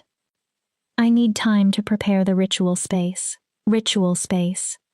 The deeper memories require stronger protections. Patricia stopped eating. What protections? A warded circle. Ancient safeguards. His expression became grave. Memory work leaves the mind exposed. We cannot risk anything taking advantage while your defenses are open. Patricia put down her fork. You keep saying something is hunting my bloodline. Yes. Do you actually know what it is? Vince remained silent long enough to answer the question before he spoke. I have theories, but no certainty. No. He leaned back. The rite of diminishment is extremely old magic. Very few living beings should even know how to perform it. So we're looking for someone powerful. Very. Someone who knows ancient magic. Yes. And hates Silver Moon enough to spend 16 years maintaining a curse. Vince nodded. Patricia shivered. That sounds like someone on your level. Possibly another Lycan. Vince's face darkened. Or something worse. Patricia stared at him. Comforting. Speculation helps nothing. He gathered their plates. Once your healing magic awakens, you may be able to read magical residue on the curse. Like tracking fingerprints. In a sense. So I'm becoming a magical investigator. You are becoming difficult to kill. Vince gave her a look. Everything else is a bonus. Patricia stood. Every muscle complained. I'm going to sleep. She reached her bedroom door. Then stopped. Vince? He looked over. Why are you really doing this? His expression changed. I understand the debt to Rosemary. Patricia studied him. But you're doing more than guarding a cabin. Vince was quiet. Then the armor around his expression cracked. 300 years ago, I failed everyone who mattered to me. Patricia said nothing. Hunters destroyed my pack. His voice became lower. My family died. My people scattered. Everything I had built disappeared. The ancient Lycan king looked suddenly less immortal. I withdrew because I could not live with the knowledge that I had not been strong enough to save them. He stepped closer. Rosemary gave me another chance. Patricia's chest tightened. She trusted me with the thing she valued most. His eyes met hers. Her bloodline. A pause. Her granddaughter. He continued. The future of Silver Moon. Vince's voice hardened. I help you because I refuse to fail again. Then softer. And because you deserved better than what this world gave you. Patricia blinked away sudden tears. That is a lot of responsibility to place on one cursed Omega. Vince's answer came immediately. You are not an Omega. His golden eyes held hers. You are a princess in hiding. And it is time you started behaving like one. Chapter 7. Shadows of the Past. Patricia woke to chanting. The language was unfamiliar. Ancient. Each word seemed to vibrate through the cabin walls. She had planned to sleep for an hour. Instead, exhaustion had dragged her into a deep, dreamless rest. Twilight now painted the sky purple beyond the window. Her bruises still ached from training, but she felt stronger. She stepped into the main room and stopped. Everything had changed. Furniture had been pushed against the walls. A wide circle occupied the center of the floor, drawn with salt mixed with something silver. Symbols surrounded it. Some Patricia remembered from Rosemary's books. Others were completely unknown. 5 candles burned around the circle. Vince stood inside it, shirtless. Silver scars crossed his torso, many faintly glowing beneath candlelight. He held an old book and continued chanting until Patricia approached. Then he looked up. You're awake. His golden eyes reflected fire. Good. We begin before the moon rises completely. Patricia looked around. What is this? A protection ward. He closed the book. A memory circle. He indicated the symbols. And a binding structure to make sure anything we uncover remains contained. Patricia's stomach tightened. The wounds we're approaching tonight are older. Vince set the book down. Deeper. I thought we were going slowly. We were. This does not look slow. We no longer have time. Vince's tone sharpened. Every hour the curse remains intact gives your enemy another hour to act. Patricia looked at the circle. What happens if I can't handle it? Vince's expression softened slightly. I pull you out. And then? We try again. He approached the edge. But understand what the curse wants. Patricia looked at him. It wants you convinced you are too damaged to heal, he continued, too weak to face pain. He extended one hand. Every time you prove that belief wrong, you weaken it. Patricia stared at the circle. Years of fear pulled her backward. Rosemary's letter pushed her forward. What do I do? Sit in the center. Vince stepped over the salt line. Once we begin, you do not leave until I end the session. No matter what happens? No matter what you see or feel. Patricia entered. The instant she crossed the boundary, pressure changed around her. Not physical exactly. The air felt heavier, charged. She sat cross-legged. Vince settled opposite her. Their knees nearly touched. Hands. Patricia placed hers in his. Power surged again. Close your eyes. She obeyed. 3 breaths. Patricia inhaled. Once. Twice. 3 times. Rosemary's rhythm. Gradually the room disappeared. Patricia became aware of buried places inside herself. Old wounds she had never healed because surviving each day had seemed more urgent. I'm guiding you backward. Vince's voice sounded distant. To the moments that taught you to believe you were worthless. Patricia's pulse quickened. We are not returning to suffer again. His hands remained steady around hers. We return so you can finally understand what really happened. The world shifted. Patricia was 10 years old. She stood in the pack-house kitchen while her mother worked. Fresh bread scented the room. Sunlight turned everything gold. Alpha Owen stood in the doorway. His face was hard with anger. You need to tell her the truth, Gloria. Patricia's mother, Gloria Moses, stared back. She's a child. She still deserves the truth. She deserves a childhood before our bloodline becomes a burden she has to carry. Owen's expression twisted. Your bloodline is a curse on this pack. Young Patricia hid behind the pantry door. She did not understand the words. But she understood that Owen was angry about her. Rosemary should have stayed where she belonged, Owen said. She should have honored her duty to the Lycan king instead of fleeing to play family with a common wolf. Gloria's face tightened. Do not speak about my mother that way. If I had my preference, all 3 of you would leave Silver Pine. Owen leaned closer. But your husband is too valuable, and I'm not cruel enough to send a child into wilderness. He paused. Yet. Gloria went pale. Owen, please. Keep her ignorant. His voice lowered. Keep her small. Young Patricia listened. Keep her weak and Omega. Patricia's adult mind recoiled.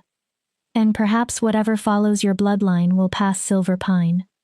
Owen stepped toward Gloria. But if I sense even a trace of Silver Moon magic in that girl, I will declare every one of you rogue. The memory broke. Another replaced it. Patricia was 16, standing in a forest clearing for the first shift ceremony. Other adolescent wolves surrounded her. She remembered the terror, the pressure, her body resisting transformation until almost everyone else had shifted. Finally, her wolf emerged. Small, russet brown, ordinary. Her father's disappointment hurt. Owen's disgust hurt more. But Kitty had looked at Patricia as though years of friendship had become embarrassing in a single second. Omega, someone whispered. Weak. Another voice. Pathetic. Worthless. The words multiplied. Followed Patricia for 7 years. Stop. Vince's voice appeared inside the memory. Patricia turned. He stood beside her. An adult figure inside a scene from 16-year-old Patricia's life. Look. He pointed toward her wolf. Not at what they saw. Patricia hesitated. Look beneath it. She focused. Then gasped. Under the russet fur. Silver. Faint markings pulsed beneath the false coat like hidden moonlight. The curse activated during your first shift. Vince stood beside her. It altered what everyone saw. Patricia stared at her younger wolf. That was never your true form. The memory moved. Rain. 2 coffins. Patricia stood alone at 16 while her parents were buried. Pack members surrounded the graves but kept their distance. No one held her. No one comforted her. Owen spoke over the coffins. Alan Mason and Gloria Moses died defending Silver Pine from rogues. Young Patricia stared down. They will be remembered as heroes. But Patricia had seen her father's body. Even then, something about the wounds bothered her. Not claws. Not teeth. Vince's voice came beside her. Hunters. Patricia's breath caught.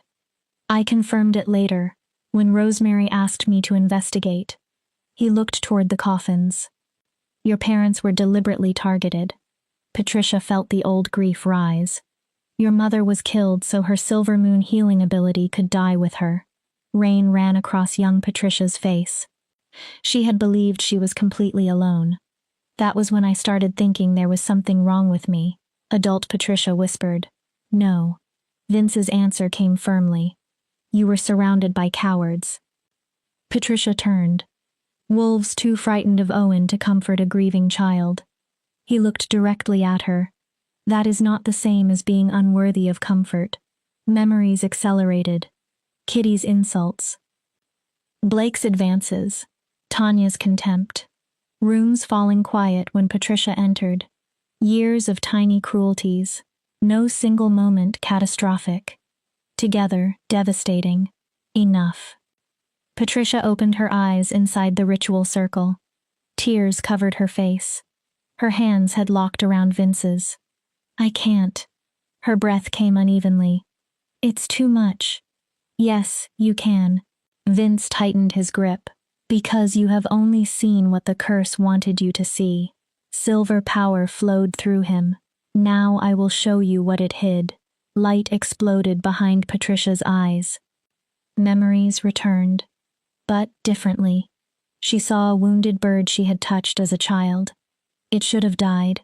Instead, it flew away. She saw plants in Rosemary's garden growing faster beneath Patricia's care.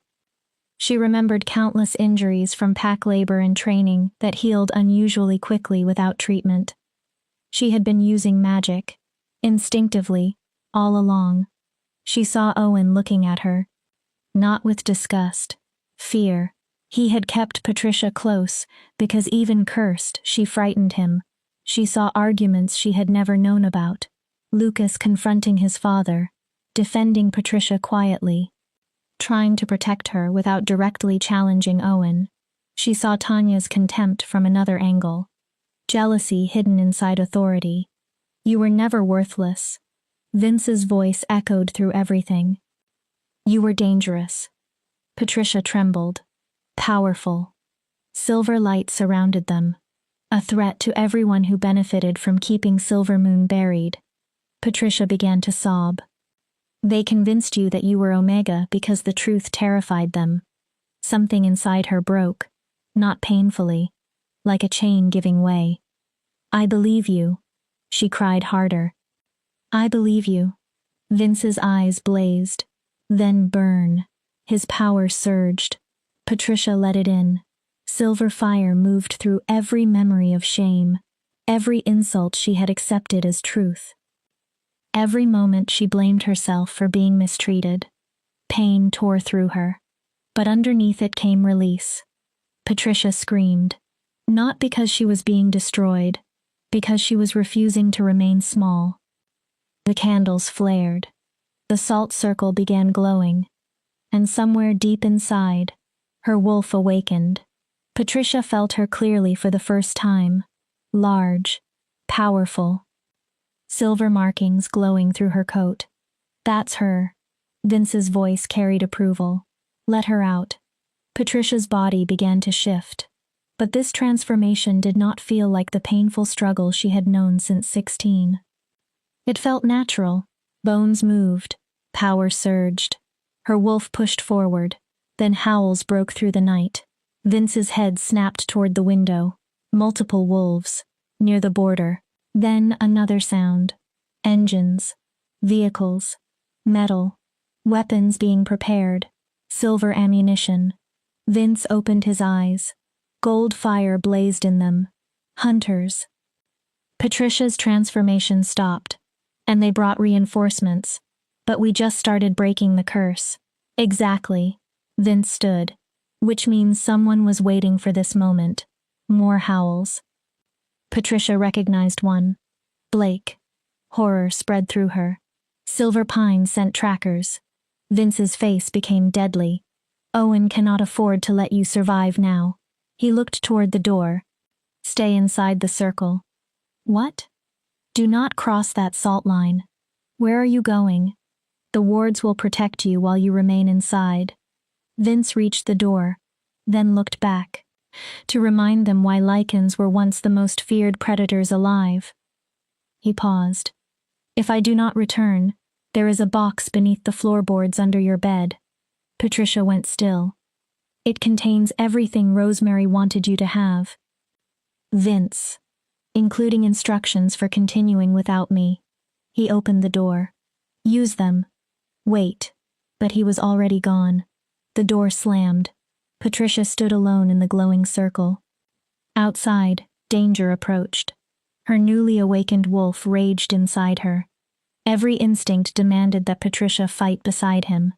But Vince had given her something she had rarely possessed. A reason to survive.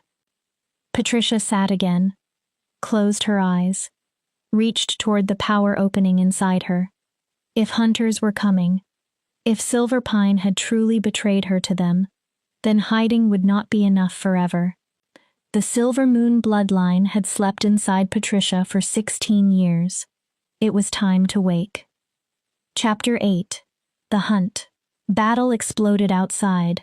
The windows shook. Vince roared. It was not a wolf's howl. The sound came from something older and deeper, powerful enough to make the floor vibrate. Gunfire answered. Then screams. Patricia remained inside the circle. Every instinct told her to run outside. She forced herself to stay. Instead, she reached inward. Come on. Wake up. Her wolf responded. Stronger than ever. The curse remained, but cracks had formed. Magic hummed beneath Patricia's skin. A window shattered. Glass sprayed across the cabin floor. A figure climbed through. Human. Black tactical clothing. Masked face. A modified rifle already pointed toward Patricia. Silver bullets. The hunter moved toward her, and stopped. The ward flared. Silver light rose from the salt circle and pushed against him. Well. His voice came distorted through the mask. The stories were true. He walked around the circle. The Lycan king still remembers the old wards. Patricia remained still. The hunter examined the symbols. Smart girl. He lifted the rifle, staying inside. Then his head tilted. But wards eventually fail. His voice remained casual. And whoever hired me is very patient. Who sent you? Patricia demanded. Does it matter? He shrugged. You're dead eventually. His words were frightening because they carried no emotion. Tonight, next month, next year. He adjusted his weapon. Contracts involving Silver Moon blood do not normally end with survivors. Patricia's heartbeat accelerated. You've hunted others like me. Hunted. The hunter sounded bored. Killed. Patricia stared. Your mother was difficult.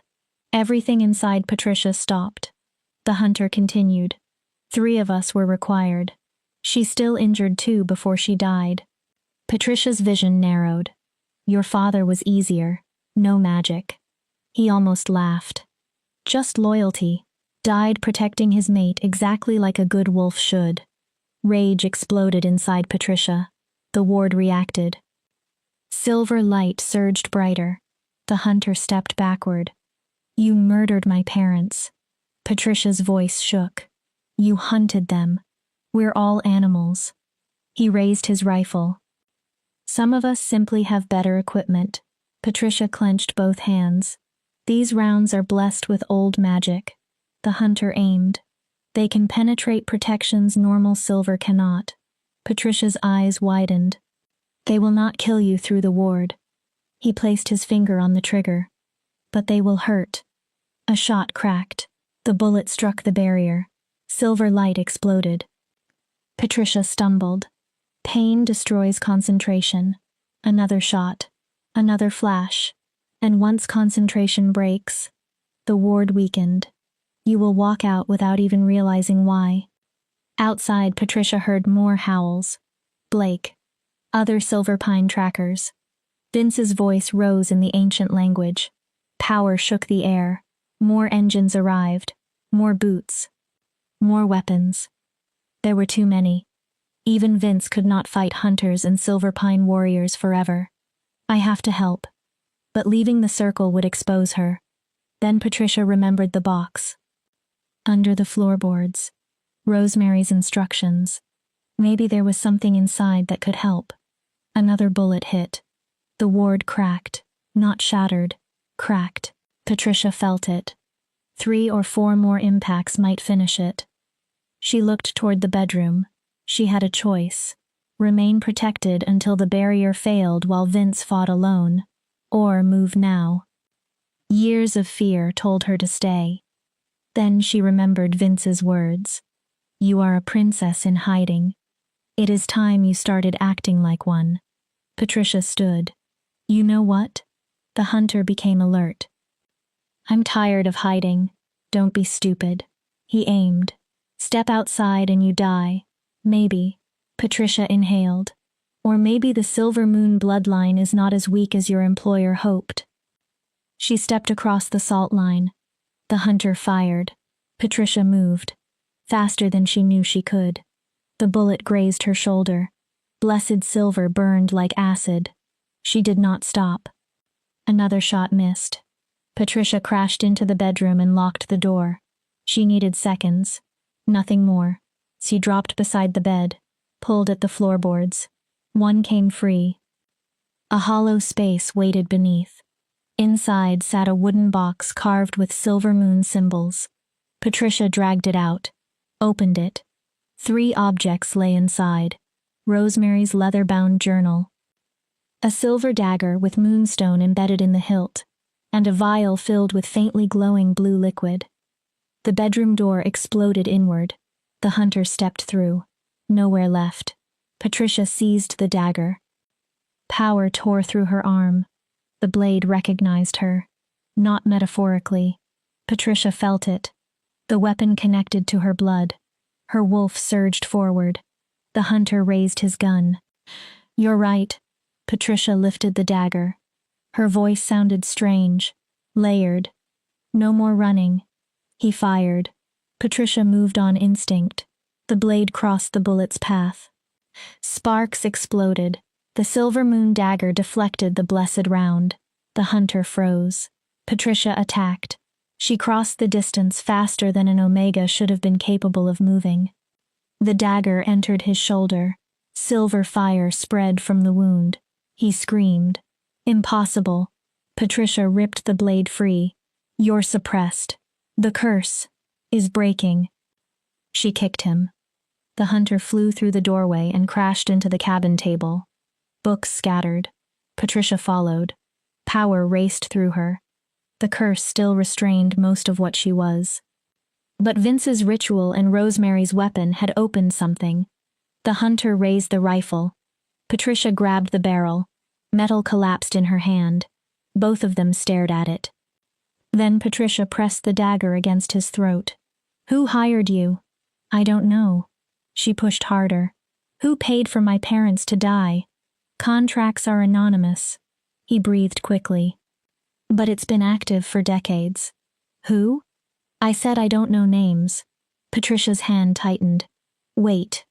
The hunter raised both hands. There is a symbol. Patricia paused. Every contract involving Silver Moon has it. What symbol? A black rose. He swallowed. Wrapped in silver thorns. Patricia slowly pulled the dagger back. What does it mean? A signature. He coughed. The guild has records going back 50 years. Same mark every time. He looked at the dagger. That weapon is more than silver. Patricia waited. It was designed to kill people like us. Good. An explosion outside shook the room. Vince roared. This time Patricia heard pain. The hunter noticed. There are 15 hunters outside. His voice became almost conversational. And 20 wolves from your former pack. Patricia looked toward the broken window. Even a Lycan can't fight forever. The hunter watched her. Run. Patricia turned. Take the dagger. Disappear. Live. For 1 second it sounded reasonable. Then Patricia realized she had been choosing survival through retreat her entire life. No. The hunter tensed. I'm done running. Patricia moved. The dagger flashed. The hunter fell still. Patricia stared at the body. A small piece of her recoiled. She had never killed anyone. But this hunter had helped murder her parents, had entered the cabin intending to kill her, would have fired without hesitation. Patricia took his tactical vest, 3 magazines, a combat knife. Then she noticed Rosemary's journal had fallen open. Writing covered the page. If you are reading this while desperate, little wolf, then you need to know the fastest way to destroy the rite of diminishment. Patricia grabbed the journal. The vial contains distilled moonlight essence. Power of the moon goddess preserved through the old arts. If consumed, it can shatter the curse immediately. Patricia looked at the glowing liquid. But understand the danger. If your wounds have not been properly released, your true power may awaken faster than your body can endure. The magic can destroy you from inside. Use the essence only when death is otherwise certain. If you survive, remember this. Power without wisdom destroys the person who carries it. Vince roared again. Patricia looked at the vial. Death was already outside. She uncorked it. Moon goddess. Her voice shook. Please. Patricia drank. Power exploded. She screamed. The curse tightened around her as if alive. The moonlight pushed back. Silver energy tore through every barrier. Patricia felt 16 years of suppression cracking at once. Her wolf surged. The cabin shook with her howl. Bones changed. Muscles expanded. Silver replaced russet. When the transformation ended, Patricia was enormous. As large as an alpha-born wolf. Silver fur glowed beneath the moon. Ancient markings covered her coat. Healing, protection, royal lineage. Patricia and her wolf merged more completely than they ever had. The being standing in the destroyed bedroom felt like the truth of something hidden since childhood. Patricia seized Rosemary's dagger between her jaws, then charged outside. Her roar stopped several hunters mid-motion. Vince stood in full Lycan form. Massive, silver-white, covered in blood. Some his, most not. At least 6 hunters lay dead. Twice as many silver pine wolves had fallen, but numbers were wearing him down. He looked toward Patricia. Surprise flashed through his inhuman face. Then he smiled. About time. His voice was a growl. I was beginning to think I'd have to enjoy all of this alone. Patricia answered by attacking. She crashed into a group of hunters. Bodies flew. The dagger flashed from her jaws. 2 hunters went down before either could aim. Patricia moved like liquid silver. A silver pine wolf lunged. She recognized him from training. She caught him in midair and threw him into a tree hard enough to crack the trunk. She broke the curse. Someone shouted. Retreat. Vince immediately cut off the escape. He and Patricia moved together. No practice. No planning. Yet their fighting rhythms connected. Vince brought overwhelming strength and centuries of experience. Patricia brought speed, instinct, and healing magic that allowed her body to endure beyond normal limits. Together, they began changing the battle. Chapter 9. The Revelation. The fight continued beneath the night sky. Patricia stopped thinking and surrendered to instinct. Every small wound closed almost as quickly as it formed. Silver moon power moved through her blood. She was everything the curse had hidden, and she was furious. Every hunter before her belonged to the same world that had murdered her parents. Every Silver Pine warrior helping them had violated one of the oldest truths of pack loyalty. You did not deliver your own wolves to human hunters, not even because an alpha commanded it. Patricia had just brought down another attacker when a familiar voice cut across the chaos. Patricia! She turned. Stop, please. Lucas stood near the edge of the clearing. His wolf was bloodied and exhausted. 2 Silver Pine wolves remained behind him but showed no desire to attack. Patricia shifted partially. Not completely human. Not completely wolf. The new ability came instinctively. Her enhanced strength remained, but she regained speech. You came here? Her voice carried both woman and wolf. You rejected me. Lucas froze. Your father declared me rogue. Patricia's silver eyes blazed.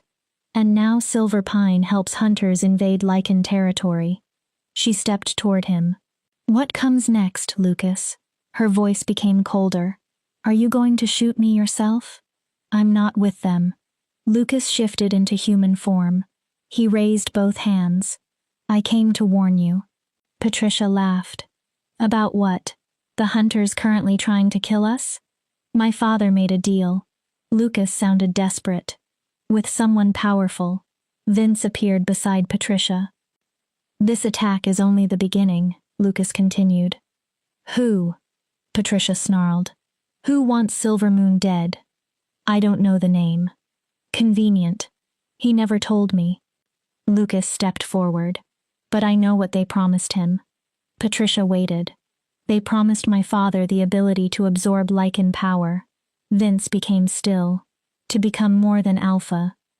That is impossible. His growl deepened. A Lycan is born, not manufactured. Unless someone found a way. Lucas looked toward Patricia. My father has researched old magic for years. Ever since he discovered Patricia's bloodline. Patricia felt cold. He believes Silver Moon blood can fuel a transformation. My blood. Not only your blood. Lucas's expression darkened. Your death. Patricia went silent. The ritual requires a Silver Moon descendant to be sacrificed during a lunar eclipse. Lucas swallowed. There is one in 3 days. 3 days? That's why the hunters came tonight. Lucas looked at her transformed body. My father wanted you dead before you broke the curse. Awe and fear mixed in his eyes. But now, what? If you really have awakened, he shook his head. You might have a chance. Against your father? Vince demanded. Against whoever is controlling him. Lucas looked haunted. I saw the person once. Patricia and Vince both focused on him. They came to meet my father secretly. I followed. What did you see? Vince commanded. A tall figure. Lucas closed his eyes briefly. Dark robes. Power so strong my wolf wanted to submit and flee at the same time. Human? No. Wolf? No. Lucas opened his eyes. Something else. Vince stepped closer. Describe the face. I barely saw it. The hood slipped for a moment. Lucas visibly shuddered. The eyes were black. How black? No whites. His voice dropped. No iris. Nothing but darkness. Vince became completely motionless. A void walker. Patricia looked at him. What is that? Something that should no longer exist. Vince's voice had changed. Void walkers existed before the moon goddess established her domain. Lucas listened. They feed on magic, Vince continued. Life force, supernatural essence. What happened to them? The goddess hunted them. His face hardened. They threatened everything alive. She drove them into extinction. Apparently not all of them. Lucas looked toward the forest. This one has been hiding. Patricia remembered the hunter. The black rose. Vince turned toward her. The contracts on Silver Moon blood, All carried a black rose wrapped in silver thorns. Patricia's mind raced. That mark wasn't a person. She looked at Vince. It belongs to this thing. Most likely. Vince nodded. Voidwalkers are not random predators. They plan. He turned back to Lucas. If one has targeted Silver Moon for decades, there is a purpose. Lucas hesitated. I heard something about the ritual.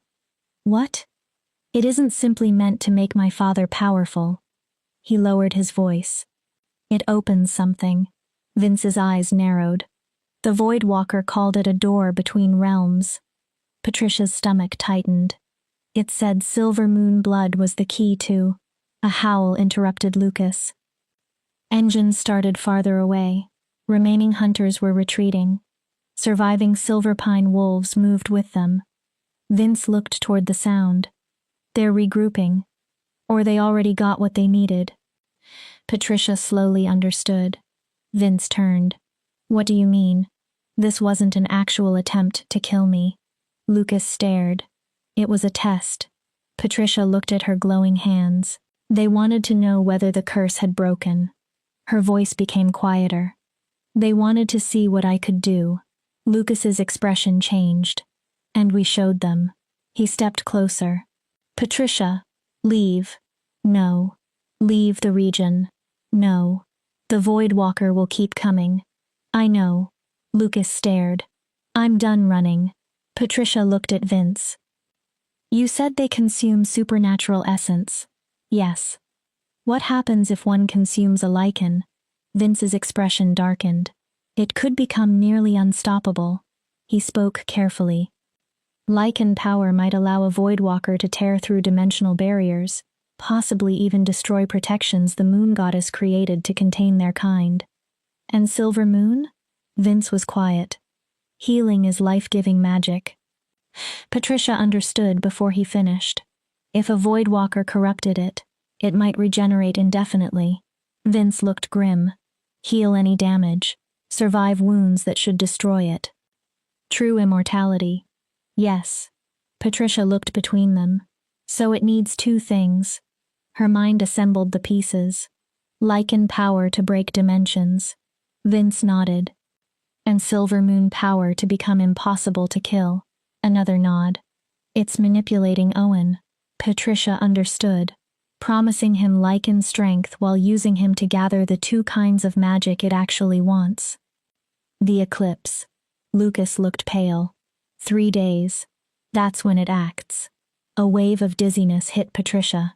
She stumbled. Vince caught her immediately. Patricia? Her body suddenly burned. The moonlight. What? The vial. She gasped. I drank distilled moonlight without preparation. Vince's expression changed. My body. Patricia struggled to breathe. It can't hold this much. Her legs collapsed. Vince caught her. Silver fur disappeared as Patricia involuntarily shifted fully human. She shook violently in the cold night. Lucas immediately turned his face away and removed his shirt. He tossed it toward Vince.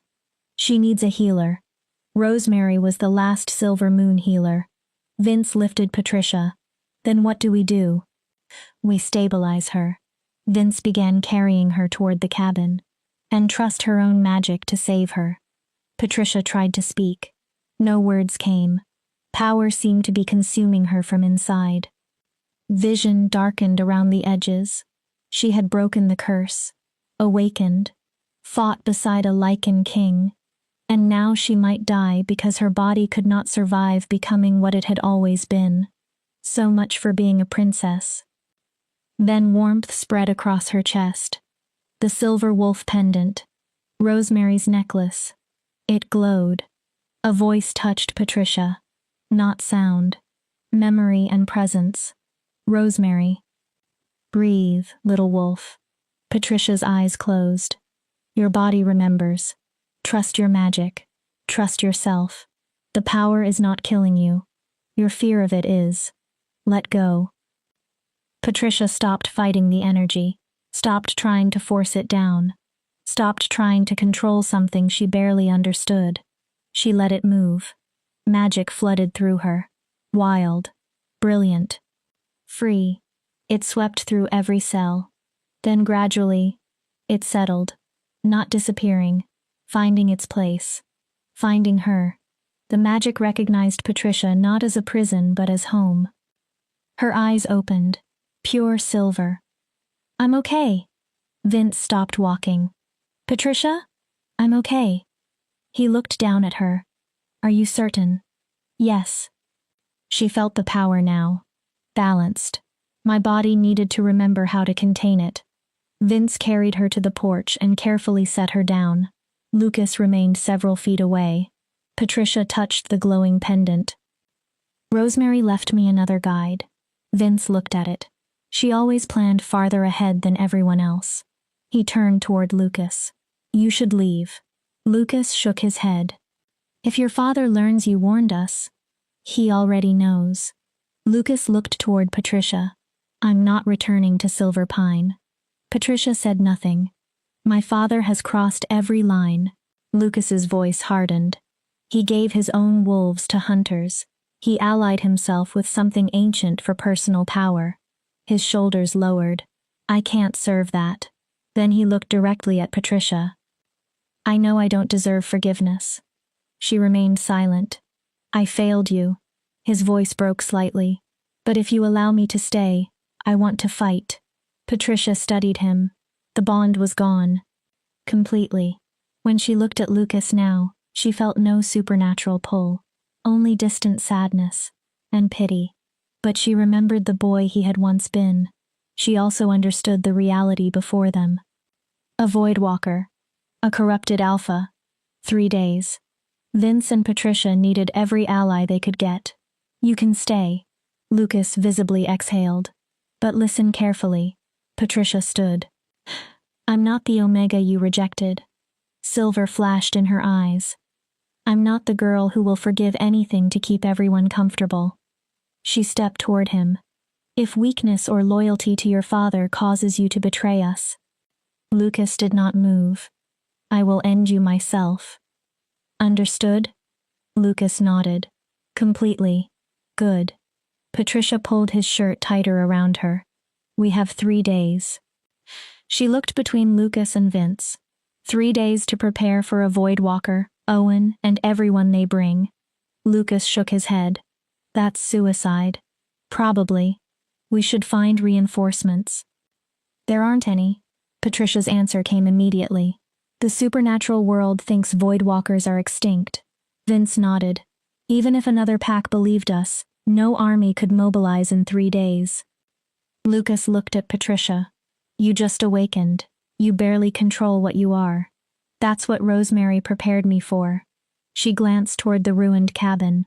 Why else leave the journals? The dagger? The moonlight? Patricia looked into the blood-covered clearing.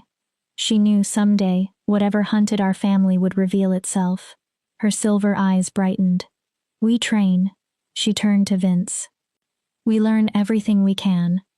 Then to Lucas. We find out how void walkers die. Lucas gave a bleak smile. Assuming they can. Patricia looked at Rosemary's dagger. Everything can die. Her voice carried certainty. You only need the correct weapon. They were outnumbered. Underprepared. Facing an enemy that had planned for decades. But they possessed one thing the enemy might not understand. None of them had anything left worth surrendering. 3 days. Patricia looked toward the moon. Then we finish this. Chapter 10. The Eclipse. 3 days passed with brutal speed.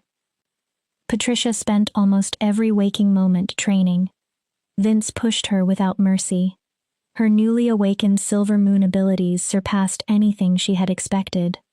She could heal injuries that would have killed ordinary wolves, sense living beings from hundreds of yards away, manipulate life energy enough to strengthen another creature or weaken an opponent. But Vince repeated the same lesson constantly. Power without control is chaos. Patricia shifted from human to wolf, then back. Faster. She gritted her teeth. Shifted again. In combat, hesitation kills. Each transformation became smoother, faster, but it still required energy. Lucas also became useful in ways Patricia had not expected. Before fleeing Silver Pine, he had stolen documents from Owen's office. Ritual notes, maps, records of ancient magic, and information concerning Voidwalkers. Lucas spread several pages over the repaired cabin table. According to these notes, Voidwalkers become vulnerable during dimensional transitions. Patricia leaned over the paper. When they pull energy from the void? Yes, Lucas pointed to a diagram. For roughly 3 seconds, their physical form destabilizes. 3 seconds. Patricia frowned. That's not much. It can be enough. Vince stood beside her. With your speed, 3 seconds is a very long opening. Lucas turned another page. The ritual requires several components. Patricia listened. Silver moon blood. Obviously. A vessel capable of holding stolen Lycan essence. My father thinks he'll be the vessel. Vince's mouth hardened. And a tether. Patricia looked up. What kind? Something emotionally connected to Silver Moon. Lucas met her eyes. An object carrying strong grief or attachment. Patricia immediately touched Rosemary's necklace. They don't have anything. Rosemary's possessions are here, Vince agreed. Unless...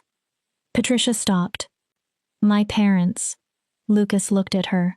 What happened to everything from our house after they died? His expression turned grim. My father had it boxed and stored beneath the pack house. He said why. Standard procedure. Patricia understood. But now, he was collecting possible tether objects. Anger rose. He planned this before their deaths. Patricia stared at the documents. The murders. Her voice hardened. My curse. She thought of Lucas. The rejection. Her eyes lifted. Everything led here. Then let that arrogance destroy him. Vince placed one hand on the table. Owen believes he understands you. Patricia looked at him. He expects the frightened Omega he controlled for years. Vince's golden eyes sharpened. Let him meet the truth. The eclipse arrived beneath a perfectly clear sky. No clouds. A bright moon slowly approaching Earth's shadow. Patricia stood outside the cabin dressed for combat.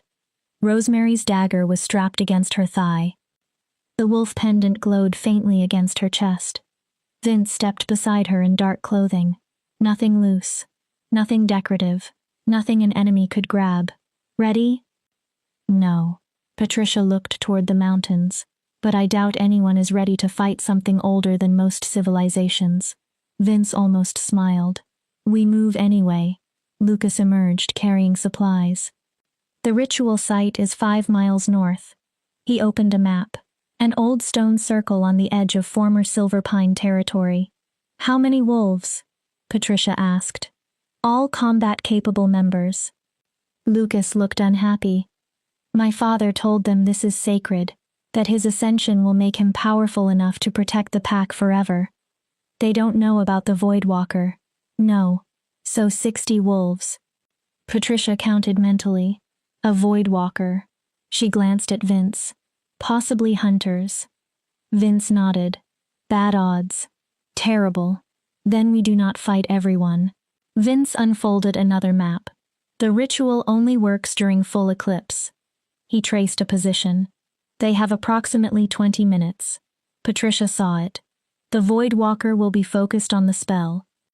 Owen will be focused on becoming a Lycan. The pack will be watching. Exactly. Vince's smile turned predatory. We strike when everyone believes they have already won. Lucas frowned. One problem. They looked at him. They need Patricia's blood. Patricia understood. They'll expect me. If you never appear, Owen knows the plan failed. Patricia considered it. Then let them capture me. No. Vince answered instantly. Vince. No. If they believe I'm helpless, they can kill you in 1 second with the correct silver weapon. Vince's voice hardened. You are powerful, not immortal. Lucas nodded reluctantly. He's right. Patricia crossed her arms. My father has seen enough of your strength to know you're dangerous. He won't take unnecessary chances. Then what? Vince turned toward Lucas. We create a distraction Owen cannot ignore. Lucas frowned. Your father declared you traitor? Yes. Then return. Lucas stared. Vince continued. And challenge him for Alpha. Silence. Patricia looked at Lucas. A formal challenge. Under pack law, Vince said, Owen cannot refuse without appearing weak before his wolves. Lucas slowly understood. He'll have to fight me before completing the ritual. Exactly. The eclipse window is still short. Patricia looked at Vince. We only gain minutes. Minutes are enough. Vince pointed at the map. While Owen fights Lucas, the pack watches. He moved his finger toward the stone circle. You and I enter from the opposite side. Patricia followed the plan. Destroy the tether. Then kill the Voidwalker when its physical form destabilizes. Patricia studied the map for another minute. Too many variables. Too many ways to fail. But every other plan was worse. All right. She turned toward Lucas. There's something you need to understand. He waited. If you challenge your father publicly, Silver Pine may never completely trust you as Alpha afterward. Lucas's expression remained calm. You'll always be the son who turned against his father. I know. His answer came quietly. But being accepted matters less than stopping him. He looked at Patricia. Some things matter more than obedience. The words carried their own apology. Patricia nodded. Nothing else needed saying. Less than 2 hours remained. They had their plan, their weapons, their choices. The ancient stone circle looked exactly as ominous as Patricia expected. 12 enormous stones stood in a perfect ring. Symbols older than modern languages covered every surface. Approximately 60 silver pine wolves gathered around the site. Some watched with reverence, others with uncertainty. Owen stood at the center. Ceremonial robes covered his broad body. Beside him stood the hooded Voidwalker. On the ground lay ritual components. A silver bowl holding red glowing liquid, a dark dagger suspended near a tripod, and a photograph. Patricia's breath stopped. Her mother. The tether. Rage rose instantly. Vince put a hand against her arm. Wait. They remained hidden in the undergrowth. The moon moved deeper into shadow. Owen raised both arms. Tonight, Silver Pine witnesses a new age. His voice carried across the clearing. Tonight I rise beyond Alpha. The pack watched. Beyond the limits placed upon our kind. He looked toward the darkening moon. Tonight I become something Wolfkind has not seen in generations. His voice rose. A true Lycan. Many wolves howled. A few remained silent. The Voidwalker stepped forward. Its voice seemed to emerge from every direction. The blood of Silver Moon. The clearing quieted. That is the final requirement. Owen gestured. 2 warriors dragged a struggling woman forward. Patricia froze. Kitty. Vince's gaze sharpened. The Voidwalker circled her. There is Silver Moon blood here. Kitty stared in horror. What? Diluted. The creature leaned closer, distant. Its black presence pressed over the clearing. But, present. Kitty struggled. No. She may substitute if the direct descendant cannot be acquired. What are you talking about? Kitty turned toward Owen. You promised I would be Luna. Owen stared at her without compassion. You descend from Gloria Moses's sister. Patricia's heart pounded. That makes you a distant relative of Patricia. Kitty went white. Your blood will work. Owen looked toward the Voidwalker. Less effectively, perhaps. She will suffice. The Voidwalker confirmed. Stop! Lucas's voice rang through the clearing. Every head turned. Owen's face twisted. My traitor son. Lucas entered openly. Have you returned to witness your alpha ascend? No. Lucas stopped before the pack. I returned to challenge a tyrant. Whispers spread. Lucas raised his voice. I, Lucas Morrison, invoke my right under traditional pack law to challenge Owen Kane for leadership of Silver Pine. Chaos erupted. Owen's face darkened. Now? Lucas stared back. You dare interrupt me with this? Pack law is pack law. Lucas remained calm. Unless you now claim to stand above the traditions you demand everyone else obey. Wolves began looking at one another. Lucas continued. If so, you aren't an alpha. His voice sharpened. You're a dictator hiding behind fear. Owen's face turned purple. Several pack members nodded. Doubt spread. Fine. Owen's voice became a growl. I will kill you quickly. He removed the ceremonial robe. And every wolf you ever knew will watch you die. Lucas shifted. That's the plan. Owen transformed. The two wolves collided. Every member of Silver Pine turned toward the challenge. Owen was larger, older, more experienced. Lucas was faster, younger, and fighting for something beyond his own power. Now, Vince whispered. He and Patricia moved. They circled wide, approached the ritual from behind. The Void Walker remained perfectly still. Too still. Patricia should have noticed. They reached 10 feet from the stone circle. Then the creature spoke without turning. The Lycan King. Patricia stopped. And the Silver Moon Princess. Vince's muscles tightened. How predictable. The Void Walker turned. Its hood slipped back. Patricia saw the face. Beautiful in one moment. Horrifying in another. Almost human. Completely wrong. And the eyes? Black. Entirely. Did you believe I wouldn't sense you? It looked at Patricia. I have hunted Silver Moon blood for 3 centuries. Vince's expression changed. 3 centuries. Yes. You were present during the fracturing. The creature smiled. When the great packs collapsed. Vince stared. I caused it. The Void Walker sounded proud. It was remarkably easy. Its voice moved like stone scraping stone. Whisper to ambitious alphas. Patricia listened. Promise them power. The creature looked toward Owen's fight. Then watched them betray the Lycans who protected them. Vince's face became murderous. The great packs destroyed themselves. The Void Walker smiled wider. I merely gave them permission. Its black eyes returned to Patricia. And you, little princess. Patricia tightened one hand around Rosemary's dagger. Have you wondered why Silver Moon has been hunted so thoroughly? Because we heal. Partly. Because our magic can repair what your kind corrupts. Partly. The Void Walker raised one hand. But there is more. Magic exploded outward. Patricia tried to move. Too slow. Dark energy wrapped around her like chains. She was dragged into the circle. Vince lunged. The creature gestured again. Vince flew backward. His body struck one of the standing stones.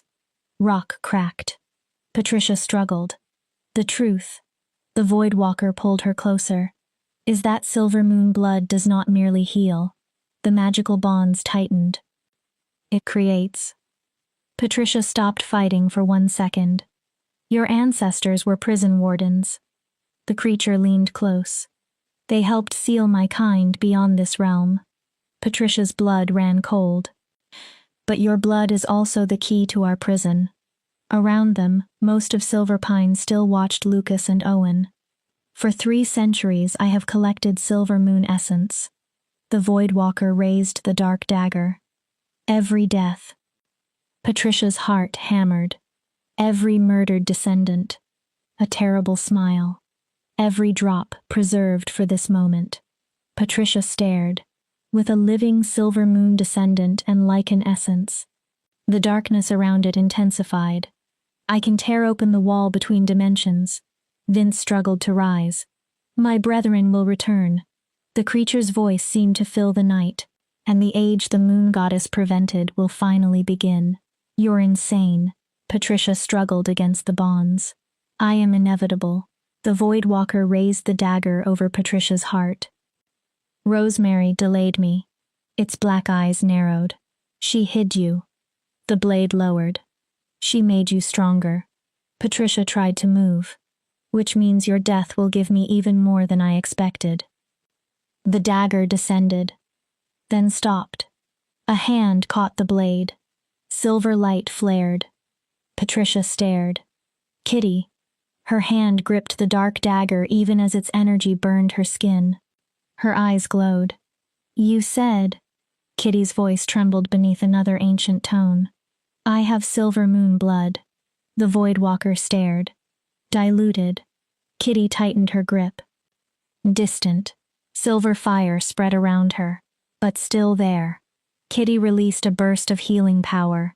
Pure silver light struck the Void Walker. The magical chains around Patricia shattered. She fell free. Impossible. The creature recoiled. You aren't awakened.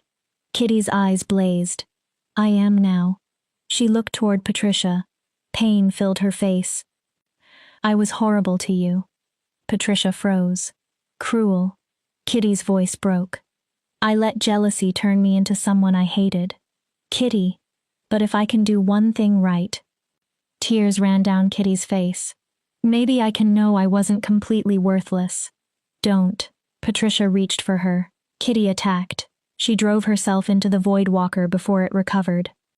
Her glowing hand struck its chest. Then Kitty released every piece of silver moon power her untrained body possessed. The creature screamed. Reality itself seemed to tear around the sound. Darkness poured from its chest. Its form destabilized.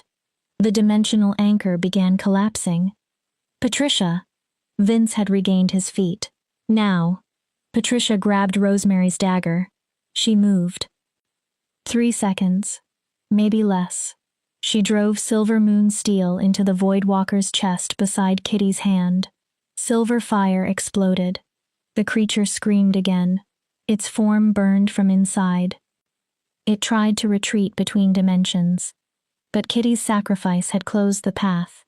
The Void Walker began disintegrating. This is not over. Its voice fractured. There are others. Patricia held the dagger. They will come. Darkness peeled away. They will finish what I... Silver fire consumed the final words. The creature vanished. Only ash remained. Kitty collapsed. Patricia caught her. One of Kitty's hands had burned black. Her body shook. I'm sorry. Patricia held her. For everything. Kitty coughed. Blood touched her lips. For being weak. No. For being cruel. Kitty. For not being brave enough to remain your friend when it mattered. Patricia's eyes filled. You were brave when it mattered most. Kitty looked at her. You saved everyone. Patricia's voice broke. You're a hero. Kitty smiled faintly. Really? Really? Good. Her eyes began closing. That's... Her breath weakened. That's good. A final whisper. Tell Lucas I'm sorry too. Kitty exhaled.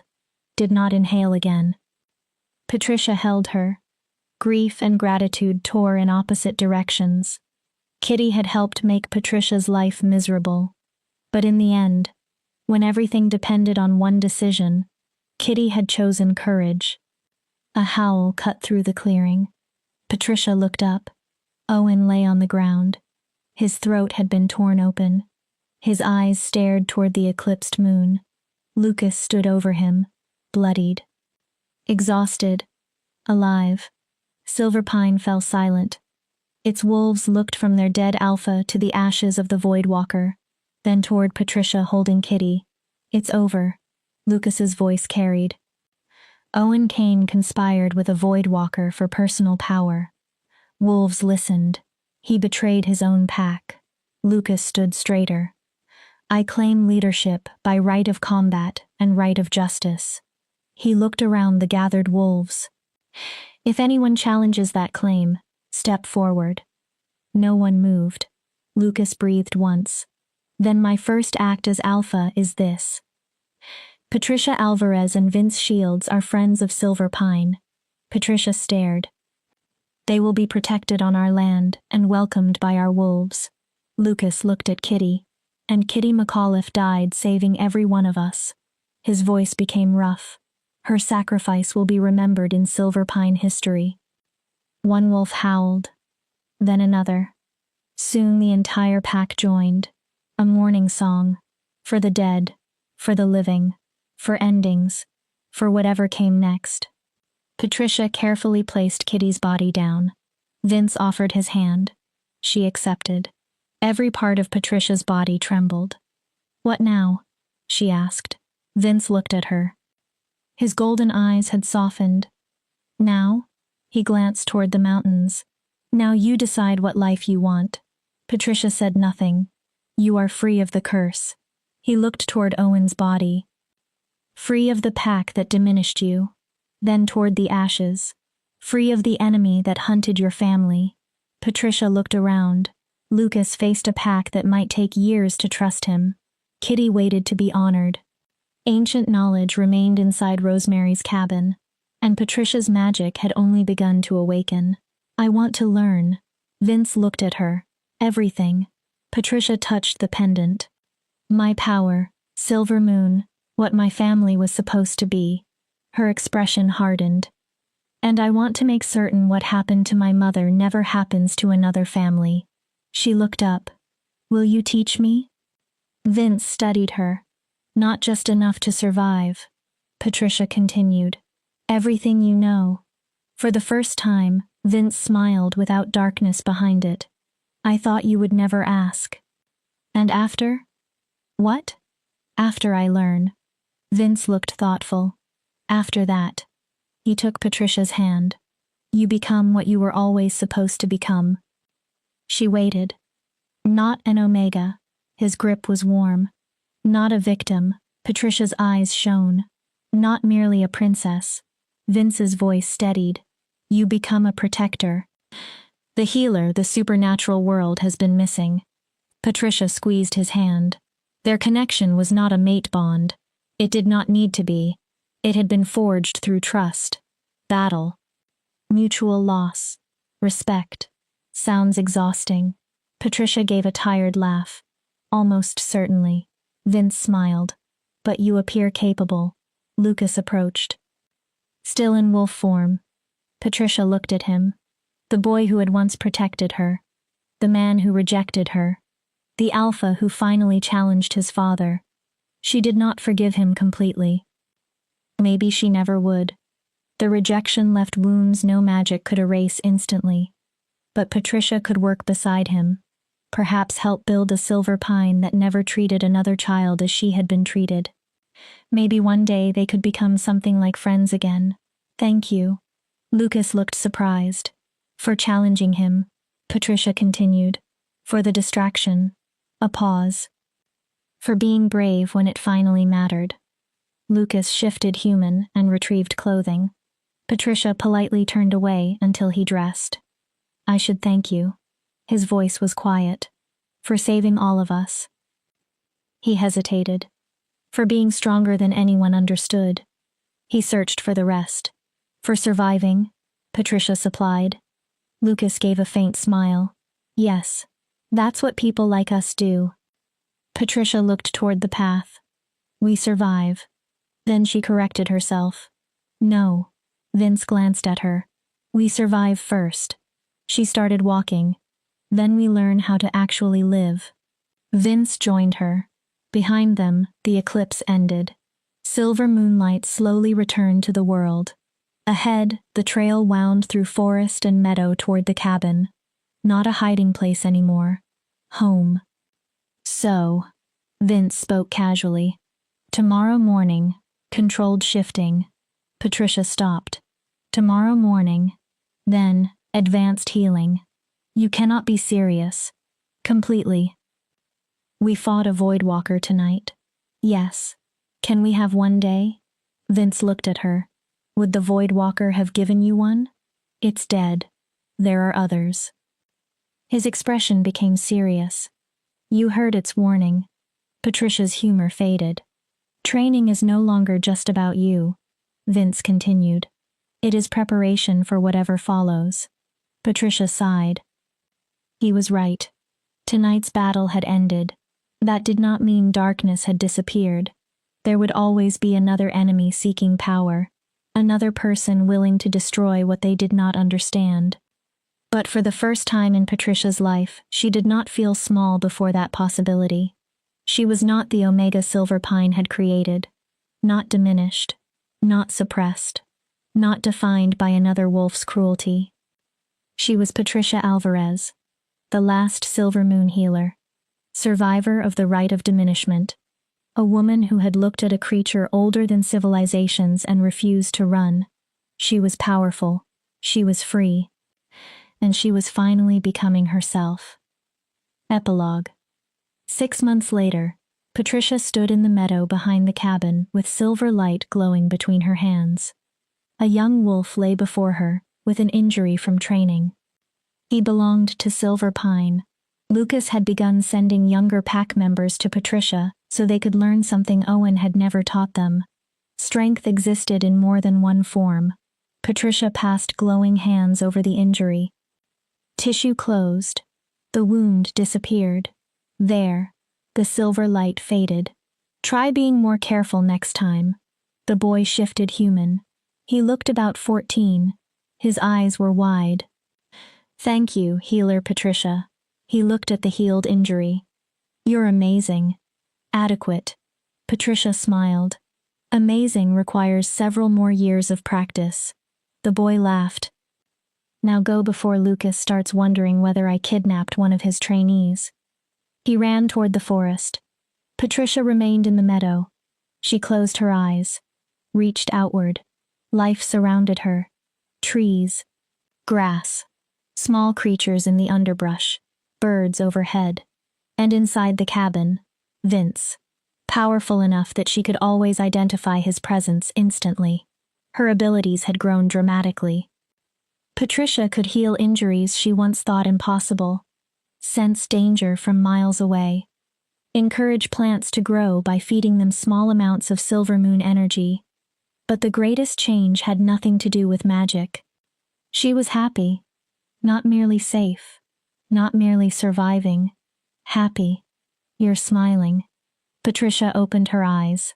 Vince approached from the cabin, carrying 2 cups of tea. Successful lesson? I was thinking. She accepted a cup.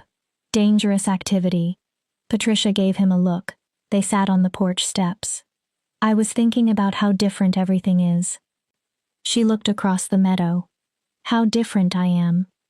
You aren't as different as you think. Patricia turned. You were always strong. Vince spoke without teasing. Always brave. She looked down at her tea. Always kind. His golden eyes held hers. And worth more than 1,000 cowardly alphas. Patricia smiled. You are simply willing to believe it now. She leaned against his shoulder. Comfortable. Safe. The mate bond she once believed would define her entire life was gone. In its place stood something Patricia valued differently. Partnership. Trust. Respect. Choice. I received a letter from Nightshade today. Vince lifted one eyebrow. They want to send several young healers here. For training? Yes. Patricia turned the cup between her hands. They want to study old Silver Moon techniques. What did you say? That I'd consider it. Why only consider? Teaching people is a responsibility. Vince looked at her. You will be good at it. How do you know? Because you understand what it means to be underestimated. His voice became quieter. And Rosemary had an extraordinary gift for teaching. Patricia smiled. Listen to you. What? Wise, supportive. She leaned away to look at him. What happened to the terrifying Lycan king who threatened to remove me from his territory? Vince looked toward the setting sun. He met someone who reminded him why protecting others still matters. Patricia's smile faded into something softer. Someone who reminded him that hiding for 300 years does not make the world less painful. His gaze shifted toward her. It only makes the pain lonelier.